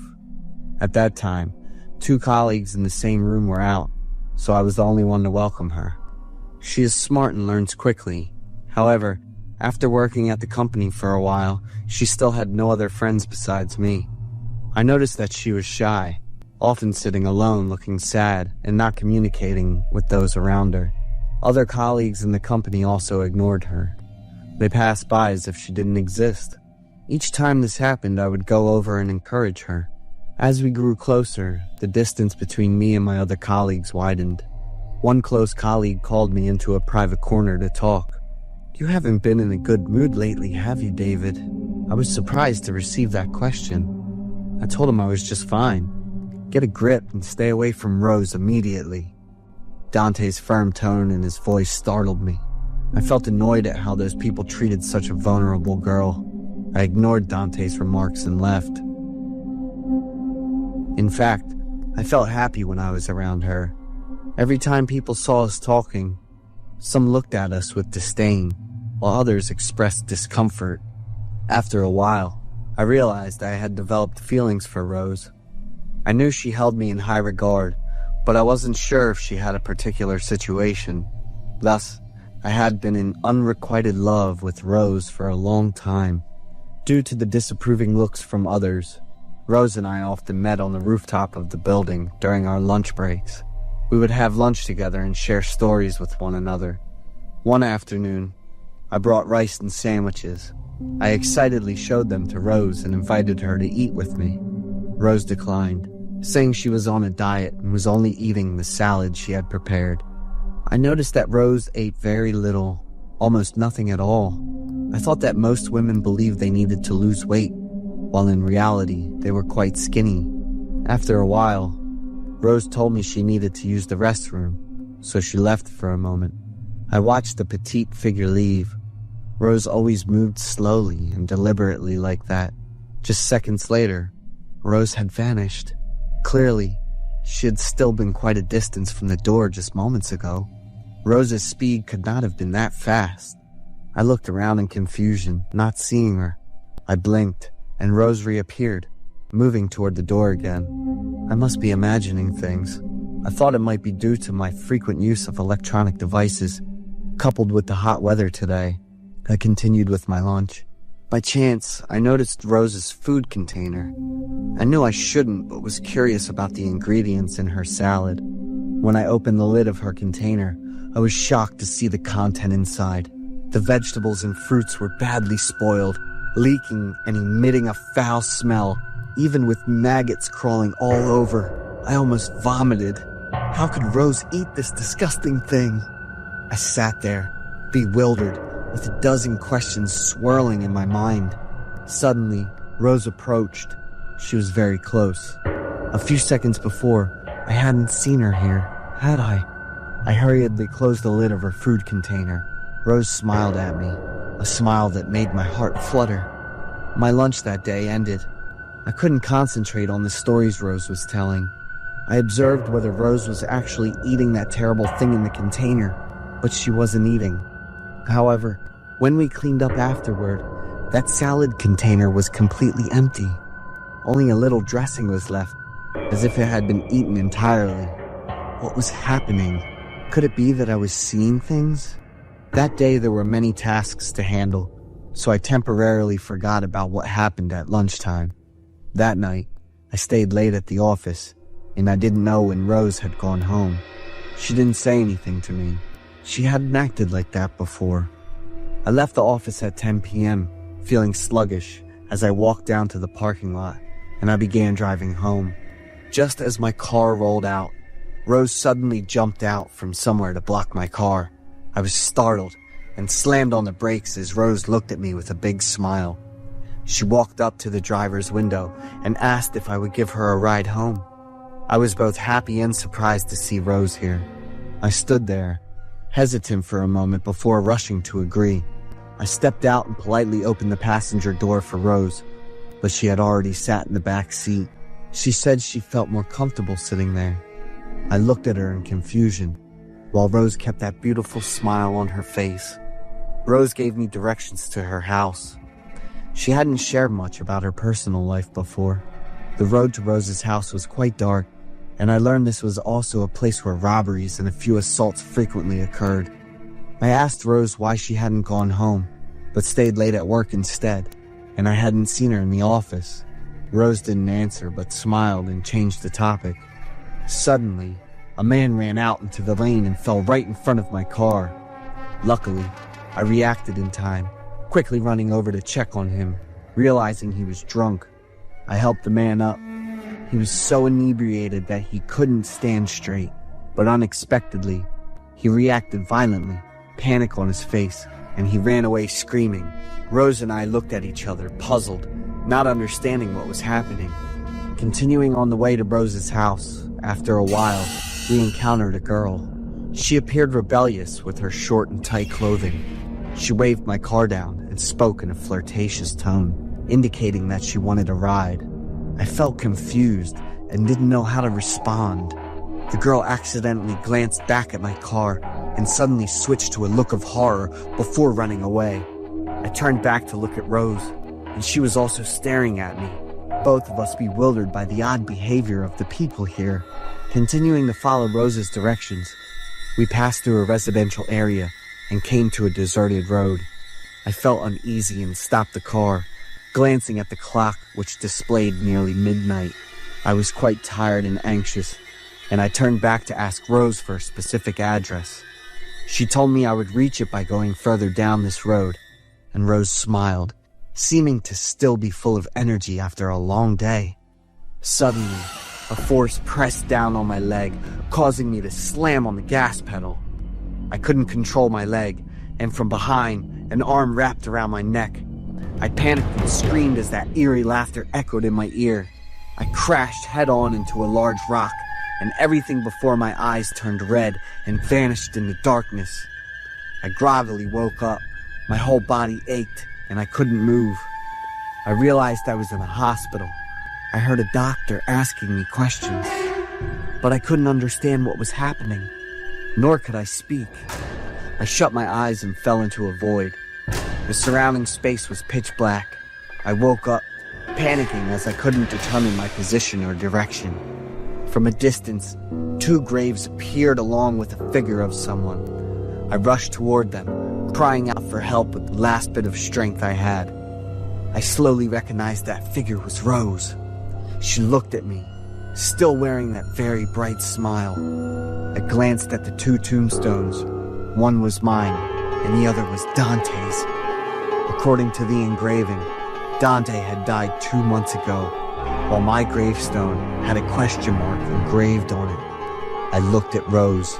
She was still smiling. But why did that beautiful smile seem so haunting and horrifying?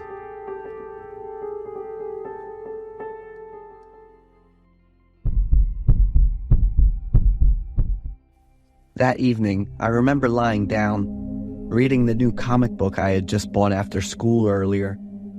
The story was about a giant monster that came to Earth in search of a new food source, that is humans.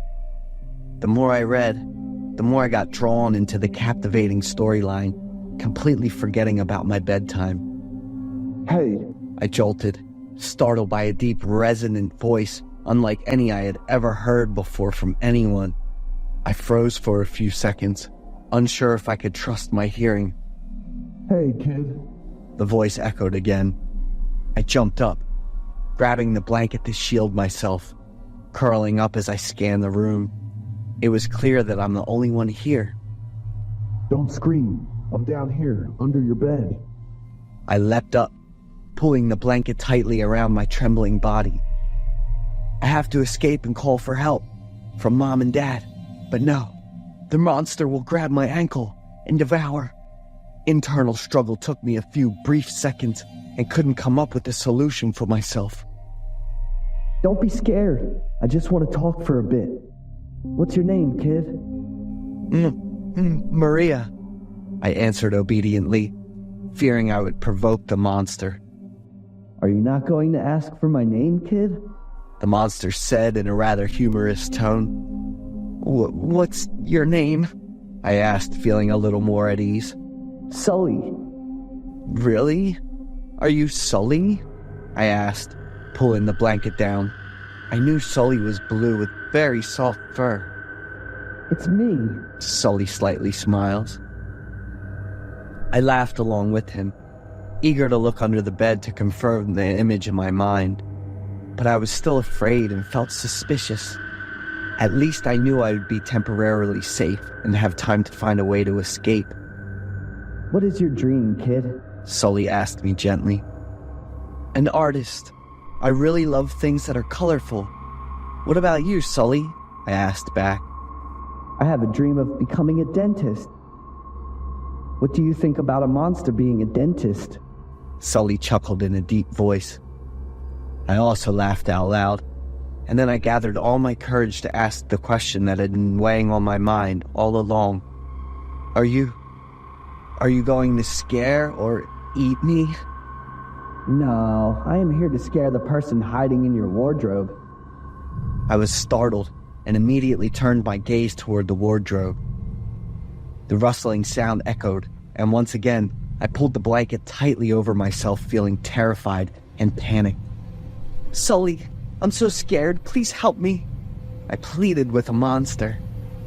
The room's lights suddenly went out, and the wardrobe door swung open. I knew this because I could hear it.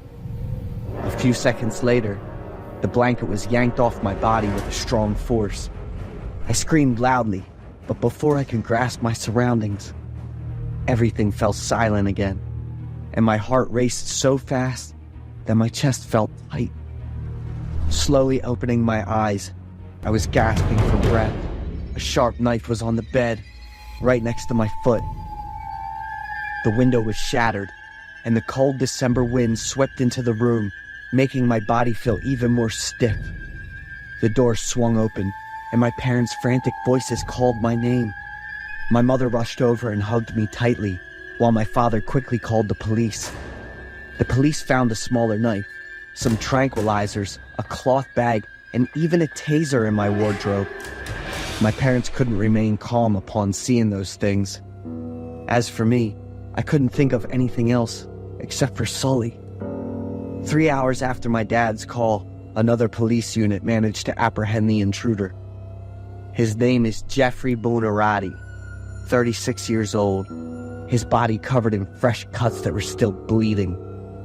So I was saved by a monster? This is unbelievable. I didn't get to see Sully, but I heard him. Sully came to warn and protect me. It's hard to believe. After the incident, my parents replaced all the locks and installed security lights around the house to ensure our safety. I never heard Sully again, but I will never forget that deep voice. I've never looked under the bed even once, partly because I was more scared than curious, but I hope he is still there. 2 days ago, I finished reading my book. At the end of the story, the monster chooses to stay on Earth and live peacefully with humans, to do many good deeds to atone for the mistakes and losses caused. People loved and gave the monster a beloved name, Sully. Not all monsters that come to you are there to scare you or eat you.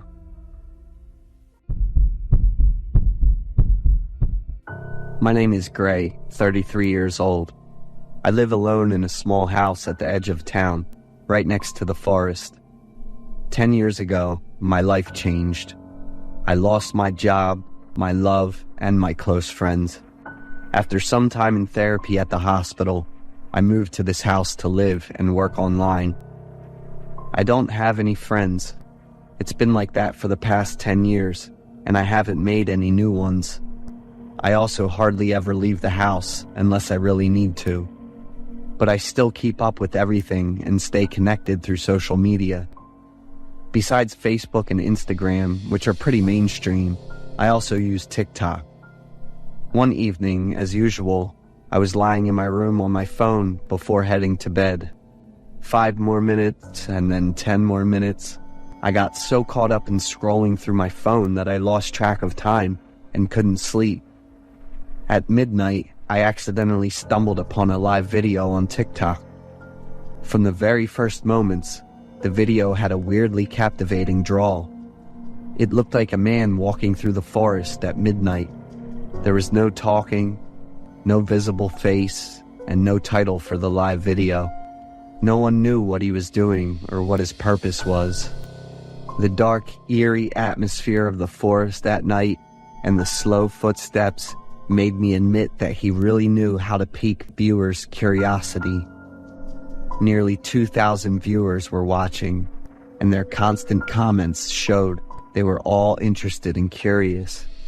I was hooked too, and ended up watching the live video for 15 minutes. The guy still didn't say a word, and his footsteps were getting more and more frantic.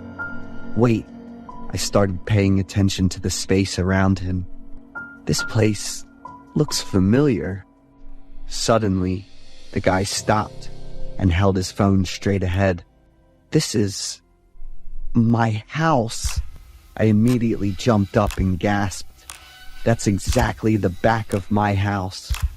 He was still holding the phone, not moving for 10 minutes. I realized I was being followed live on video, and I was following that person through the stream. Oh my God, what was going on? I closed the TikTok app and called the police. There was no telling what that creep might do next. I hung up and went back to check, but the live stream had already ended. About 10 minutes later, the police arrived. I had no evidence since I forgot to take a screenshot. The police thoroughly checked around the house, but there were no signs of trespassing. They didn't find anyone at the forest edge, or even 3 kilometers deep into the forest. I didn't know how to explain things to the police, and even after they left, I couldn't shake the anxiety. At 2 a.m., I checked the locks on all the doors in the house 3 times. I had experienced ups and downs, so I had to be cautious. I'd always prepared for any bad things to come, but I was still definitely scared. I was all alone in the house, and I couldn't help but wonder if that mysterious guy might be a killer. In the following days, I didn't leave the house and made sure I had enough food for a week. Everything was normal, but I kept an eye on that strange account's activities. I'm going to record the screen and use it as evidence for the police. Living in this confusion and anxiety is really uncomfortable. It had been 5 days since that night, and the account still hadn't been active. By the 7th day, I was starting to feel more at ease. It was probably just a prank by some teenager. That night, at midnight, I was working on the report for the new project. The notification from my phone made me feel curious, worried, and confused all at once. The strange account was streaming live. The content was the same as before, footsteps moving through the forest. This time, the number of viewers was almost double what it was before. While everyone else seemed excited, I recorded the phone screen and carefully watched the surrounding area. Once again, he was behind my house, and he was getting closer and closer. I started hearing the footsteps clearly both on the phone and behind the house. I quickly grabbed a defensive item, went down to the living room to call the police on the landline, and kept my eyes on him. I described the situation in detail and mentioned that I had video footage as evidence. The police told me to stay calm and remain in the house until they arrived. Right after I hung up, the account ended its live stream. Afraid I'd lose track of him again, I rushed outside. Pushing open the side door, I grabbed my golf club, ready to confront him. But no one was there. Suddenly, gunshots rang out, one after another, followed by the sound of glass shattering. I dropped to the ground, holding my head in my hands, then stumbled back into the house. 3 more loud gunshots echoed, and then the night fell silent. I sat under the kitchen table, my body trembling uncontrollably. "Mr. Gray, are you okay? Mr. Gray, please speak up." I heard the policeman's voice, and I crawled out from under the table, but I still couldn't say a word. The police's flashlights shone directly in my face. "Here you are. What happened?" All the lights in the house were on, and the policeman guided me to the main door. The scene looked like a disaster had happened, but thankfully, I was still safe. The window glass was shattered, and the door had bullet holes in it. The security camera had been shot and was lying on the ground. All I could give the police was the video recording from my phone. The police asked me to grab some essential personal belongings and move to temporary accommodation for the night. 3 days later, the police came to see me and showed me photos of the scene. One photo in particular stood out. It showed the name Hal engraved on the door, though it was very small. For a few moments, it felt like I'd been hit with an electric shock, leaving me completely frozen. Hal, my best friend, was also the one who took everything from me 10 years ago. Does it mean he's been released? What else could he possibly want from me? I'm not going to let anything threaten or mess up my life again. I moved to a city hundreds of miles away, not knowing what kind of trouble might be waiting for me.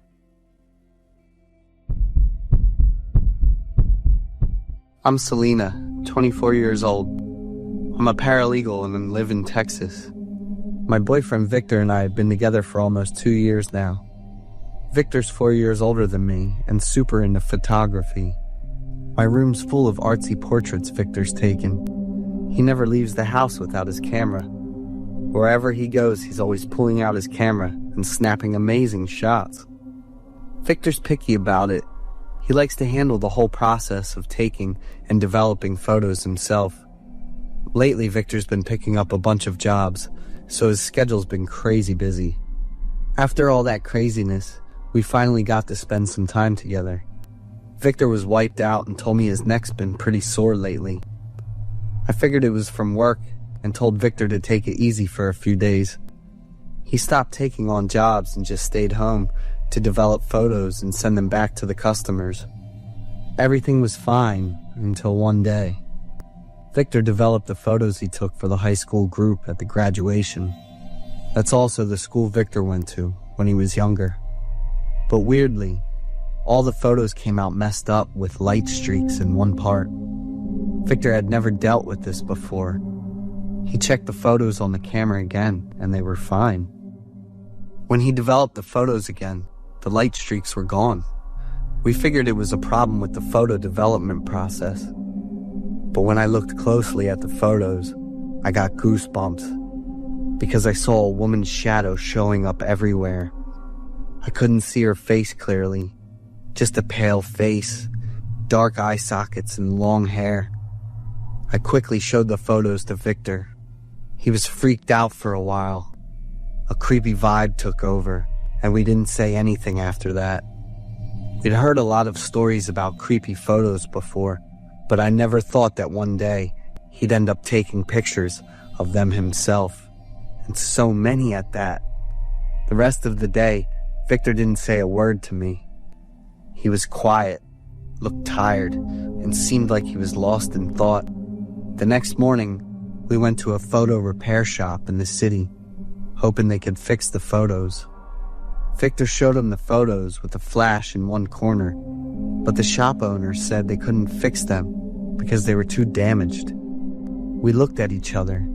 Then he showed the photos with the girl's shadow in them. Anyway, she showed up in just a small corner, so there was a better chance of fixing it. The shop owner gave us a hard look. He took the photos, turned away, and said at the same time, "Ghosts are always around us. They could be friends, family, demons, or people who really hate us. And they never just go away." I shivered in fear when I heard that. Looking at Victor, his face seemed worried and confused. The owner told us to come back in a few days to pick up the photos. On the way back, Victor was deep in thought, and the mood was pretty down. I suggested we go to the park instead of heading home. We held hands, walked, and talked. I told Victor I wanted to take some pictures, and he was happy to go along with it. I stood there posing, and as soon as I lifted the camera, Victor's whole attitude switched to panic. He put the camera down and looked at me, clearly freaked out. I was confused and had no idea what was going on. Victor freaked out, looked around, then picked up the camera again to check it out, but didn't take a picture.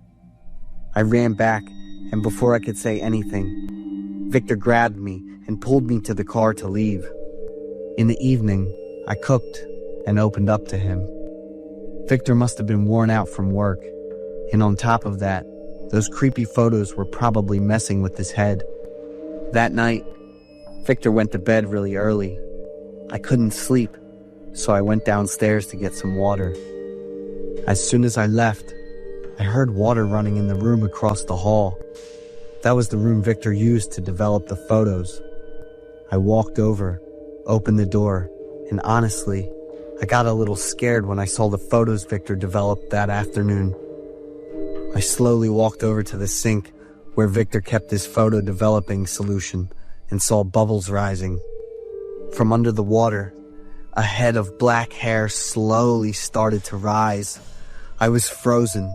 I couldn't even breathe. The hair was pretty long, and it looked like it belonged to a woman. Then, 2 hands shot up really fast, grabbing the edge of the sink tightly. I jumped back, tripped, and ended up falling to my knees. Just as the head was about to fully emerge, I jumped up and realized it was all just a dream. I turned around and didn't see Victor. He was sitting by the window, staring out, looking really lost in thought. I walked over, didn't mention the weird dream, but gently asked him. Victor was really tired. He said his neck was getting worse and was causing him insomnia. The next morning, Victor and I went to the doctor to check out the pain in his neck. The results came back totally normal, which was pretty surprising. The doctor prescribed some medicine, told Victor to take it regularly, and said to keep an eye on it. On the way back, we stopped by the photo shop to pick up the stack of photos from the day before. The shop owner wrapped the photos up in some paper and handed them to us with a cautious look. He didn't answer any of our questions, just told us to check out the photos ourselves when we got home. When we got home, Victor quickly tore into the stack of photos to check them out. Both of us were shocked because the woman's figure wasn't edited at all. It was even clearer. She had changed her posture, and her face clearly showed the details and a hateful expression. Victor instantly burned all the photos and called the customer to apologize and sent over some compensation. Victor gave up his job and stayed home since the pain was getting worse. His health getting worse, along with not sleeping, put him in a bad mood. I caught him a few times yelling and even telling someone to stay out of his life. But when I peeked through the crack in the door, I was shocked to see he was alone. There were times when Victor would wake up in the middle of the night, stare at me, scream in fear, and tell me to go away. I rearranged my work and planned a trip so Victor could relax and hopefully ease his neck pain. We picked a place close to the city and drove there in our own car. The road was full of fresh, bright scenery. I played some soft music, and we both felt really relaxed. Those happy moments didn't last long. A few minutes later, Victor suddenly screamed in panic, gripped the steering wheel tight, and then slammed on the brakes. He kept panting, and it really confused me. Then Victor quickly jumped out of the car, looking frantic as he checked the front.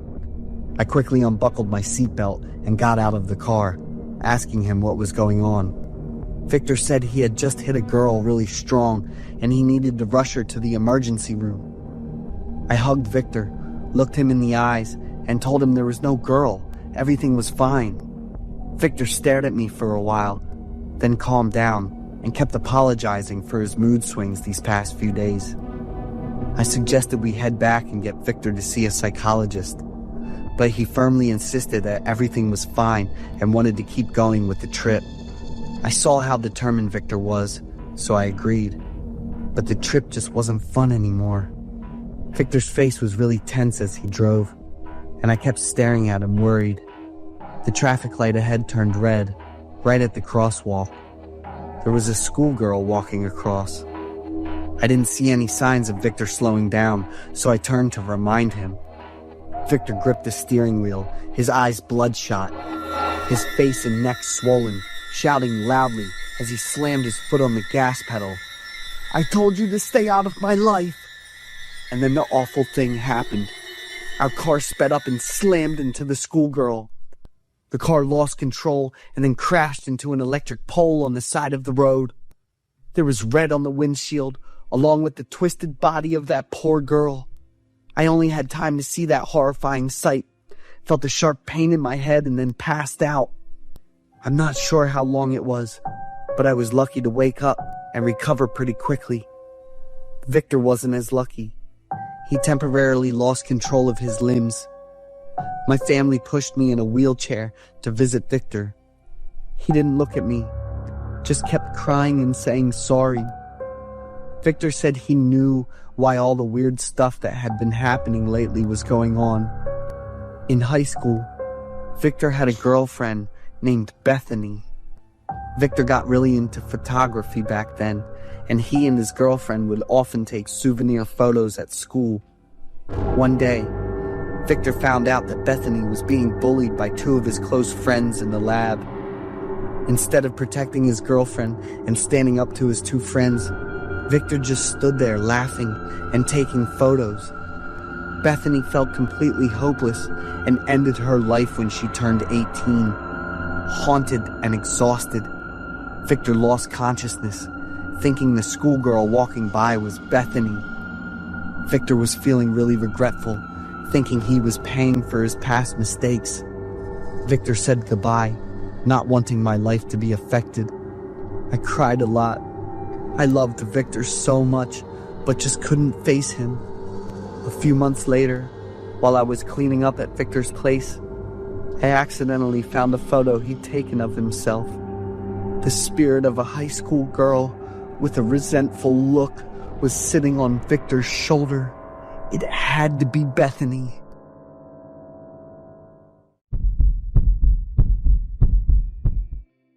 My girlfriend has passed away, but she still frequently messages me. Colleen, my girlfriend, had an accident when her car collided with two other vehicles and passed away just minutes later. We've been together for 5 years. I had plans to propose to her just 3 months into our relationship. Colleen, on the other hand, did not have a relaxed view on the topic of marriage. I loved her more than anything, so I went along with Colleen's decision. But I still held on to the hope of changing her mind. Now that's no longer possible. The day I received the tragic news, I felt as if a part of my soul had left with Colleen. I cried, feeling overwhelmed and devastated, constantly missing her. Every day without fail, I would send a good morning message to the one I loved. Good morning, my love. Wishing you a wonderful day. Have a cheerful morning. I love you. No matter what happened, I would always text Colleen first to share it. The project I told you about has succeeded beyond my expectations. I wish you could witness it, Colleen. I have Colleen's personal account password and frequently access it. It gives me the feeling that she's still there, that she can read everything I send. It's just that Colleen doesn't reply to me anymore. I also shared Colleen's social media account with her mother, Aunt Emma. I understand the pain Aunt Emma feels when her only child is taken away so suddenly. 13 months after Colleen left, she sent me her first message. Hello. I felt shocked when I read that message, but a few seconds later, a sense of joy and hope washed over me. It was ridiculous, but I briefly thought that Colleen might still be alive. But then I convinced myself it was Aunt Emma. That was the only logical explanation, or so I thought. A few days later, Aunt Emma confirmed that she was not the one who had messaged me from Colleen's account. What if it was one of her friends? I suggested, another theory, which also seemed quite convincing.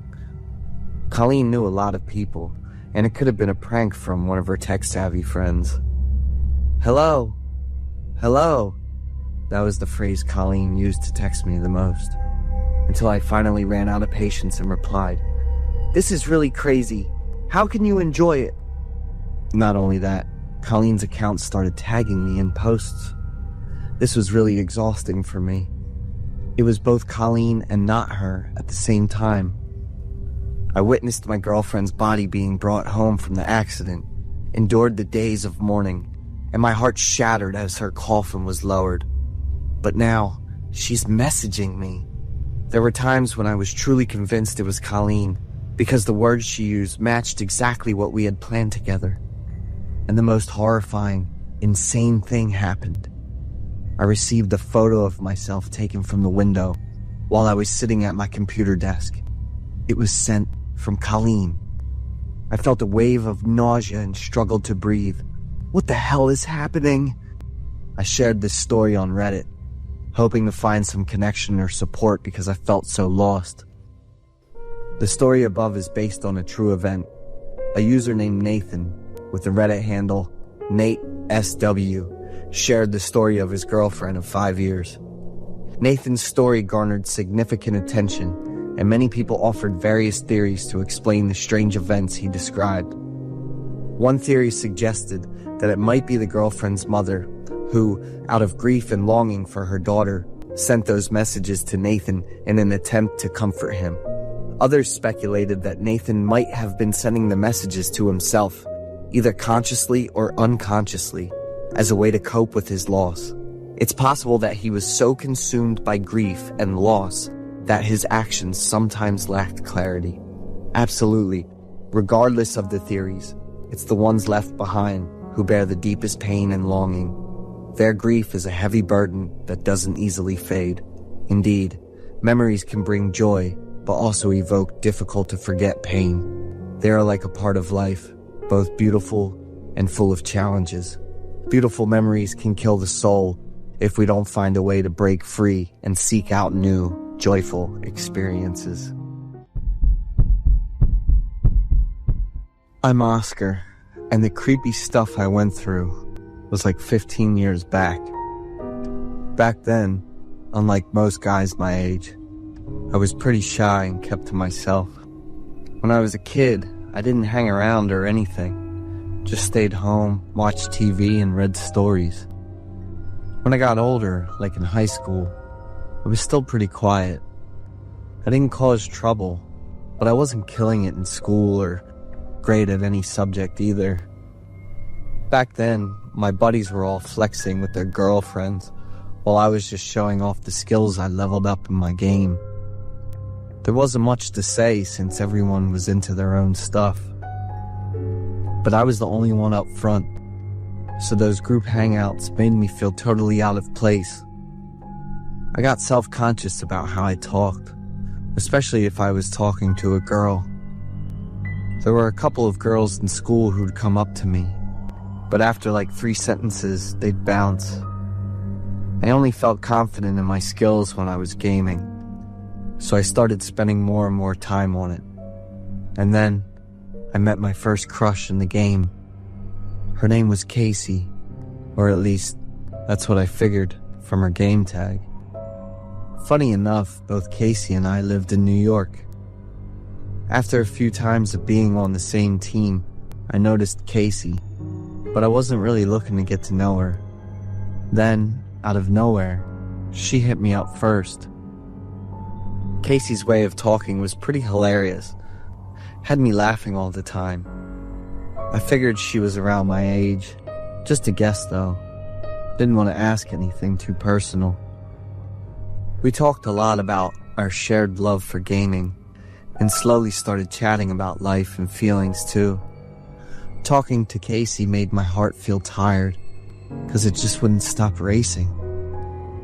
Every day, I couldn't wait for game time, and seeing Casey's name online would have me grinning like an idiot.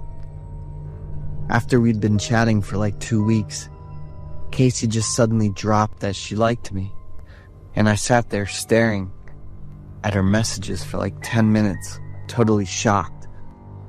So, I had a girlfriend and was all proud, showing her off to my friends. They were doubting it and told me to bring Casey to the next hangout. Before I could even bring it up to Casey, she was the one who suggested we meet. Casey's always like that. Her being so upfront and taking the lead totally surprised and made me happy. Casey wanted to hang at my place, just the two of us, and only in the evening when no one else was around. I said yes to Casey, but I was low-key stressing about how to tell my parents and brother. But fate really hooked me up and made it easy to meet my first love. My parents said they were going to a party at a friend's place, and my brother and his crew were heading out for the night. I was hyped and texted Casey, and we set a time to meet up. To be all suave, I offered to pick Casey up, but she turned me down and told me to just wait at home for a surprise. I sent Casey my address and got everything ready for our first date. I cleaned up my room, threw on a nice suit, and secretly used my brother's hair wax and cologne. My phone buzzed with a message, and I grabbed it quick to check out Casey's profile pic. "I'm outside your house." My heart started racing. My hands and feet were sweating, and I was so freaked out I totally forgot to open the door. I took a deep breath, opened the door, and no one was there. I stood there for a minute, ran to the gate to check around, then ran back inside to grab my phone and text Casey again. She said she messed up the address and would be over in a sec. I ran to the bathroom, fixed myself up, then plopped down in the living room to wait. I couldn't sit still, kept wringing my shirt, and then the door knocked again. This time, I rushed over like crazy and threw open the door. What I saw made me freeze. A fat guy with messy clothes and hair was just standing there grinning at me. "You need help?" I said, all confused. "Hey, Oscar, it's Casey." The guy grinned big, eyes wide open. I froze when he said his name, Casey. Before I could even react, he stepped up, shoved his arm against the door, and wouldn't let me close it. I ran inside, grabbed my phone, bolted to my room, locked the door, and shaking, dialed the cops. He was outside, knocking on the door like non-stop, calling my name real soft. Didn't yell or anything. Each knock made my whole body freeze up, and I covered my ears in both hands till it hurt. The fear had me, a 14-year-old, crying like a little kid, even though I was in my own house. The cops showed up, and the guy was gone, along with some small stuff from the living room. My parents and brother came back soon after, and they totally freaked out when they saw the house and how out of it I looked. After more than 3 days of looking, the cops finally caught Casey, but I couldn't bring myself to face him. I didn't even dare to tell anyone how stupid I was for giving a stranger my address and personal info. It was so embarrassing, thinking I had feelings for a freak for almost a month. Definitely a lesson in being careful that I'll never forget.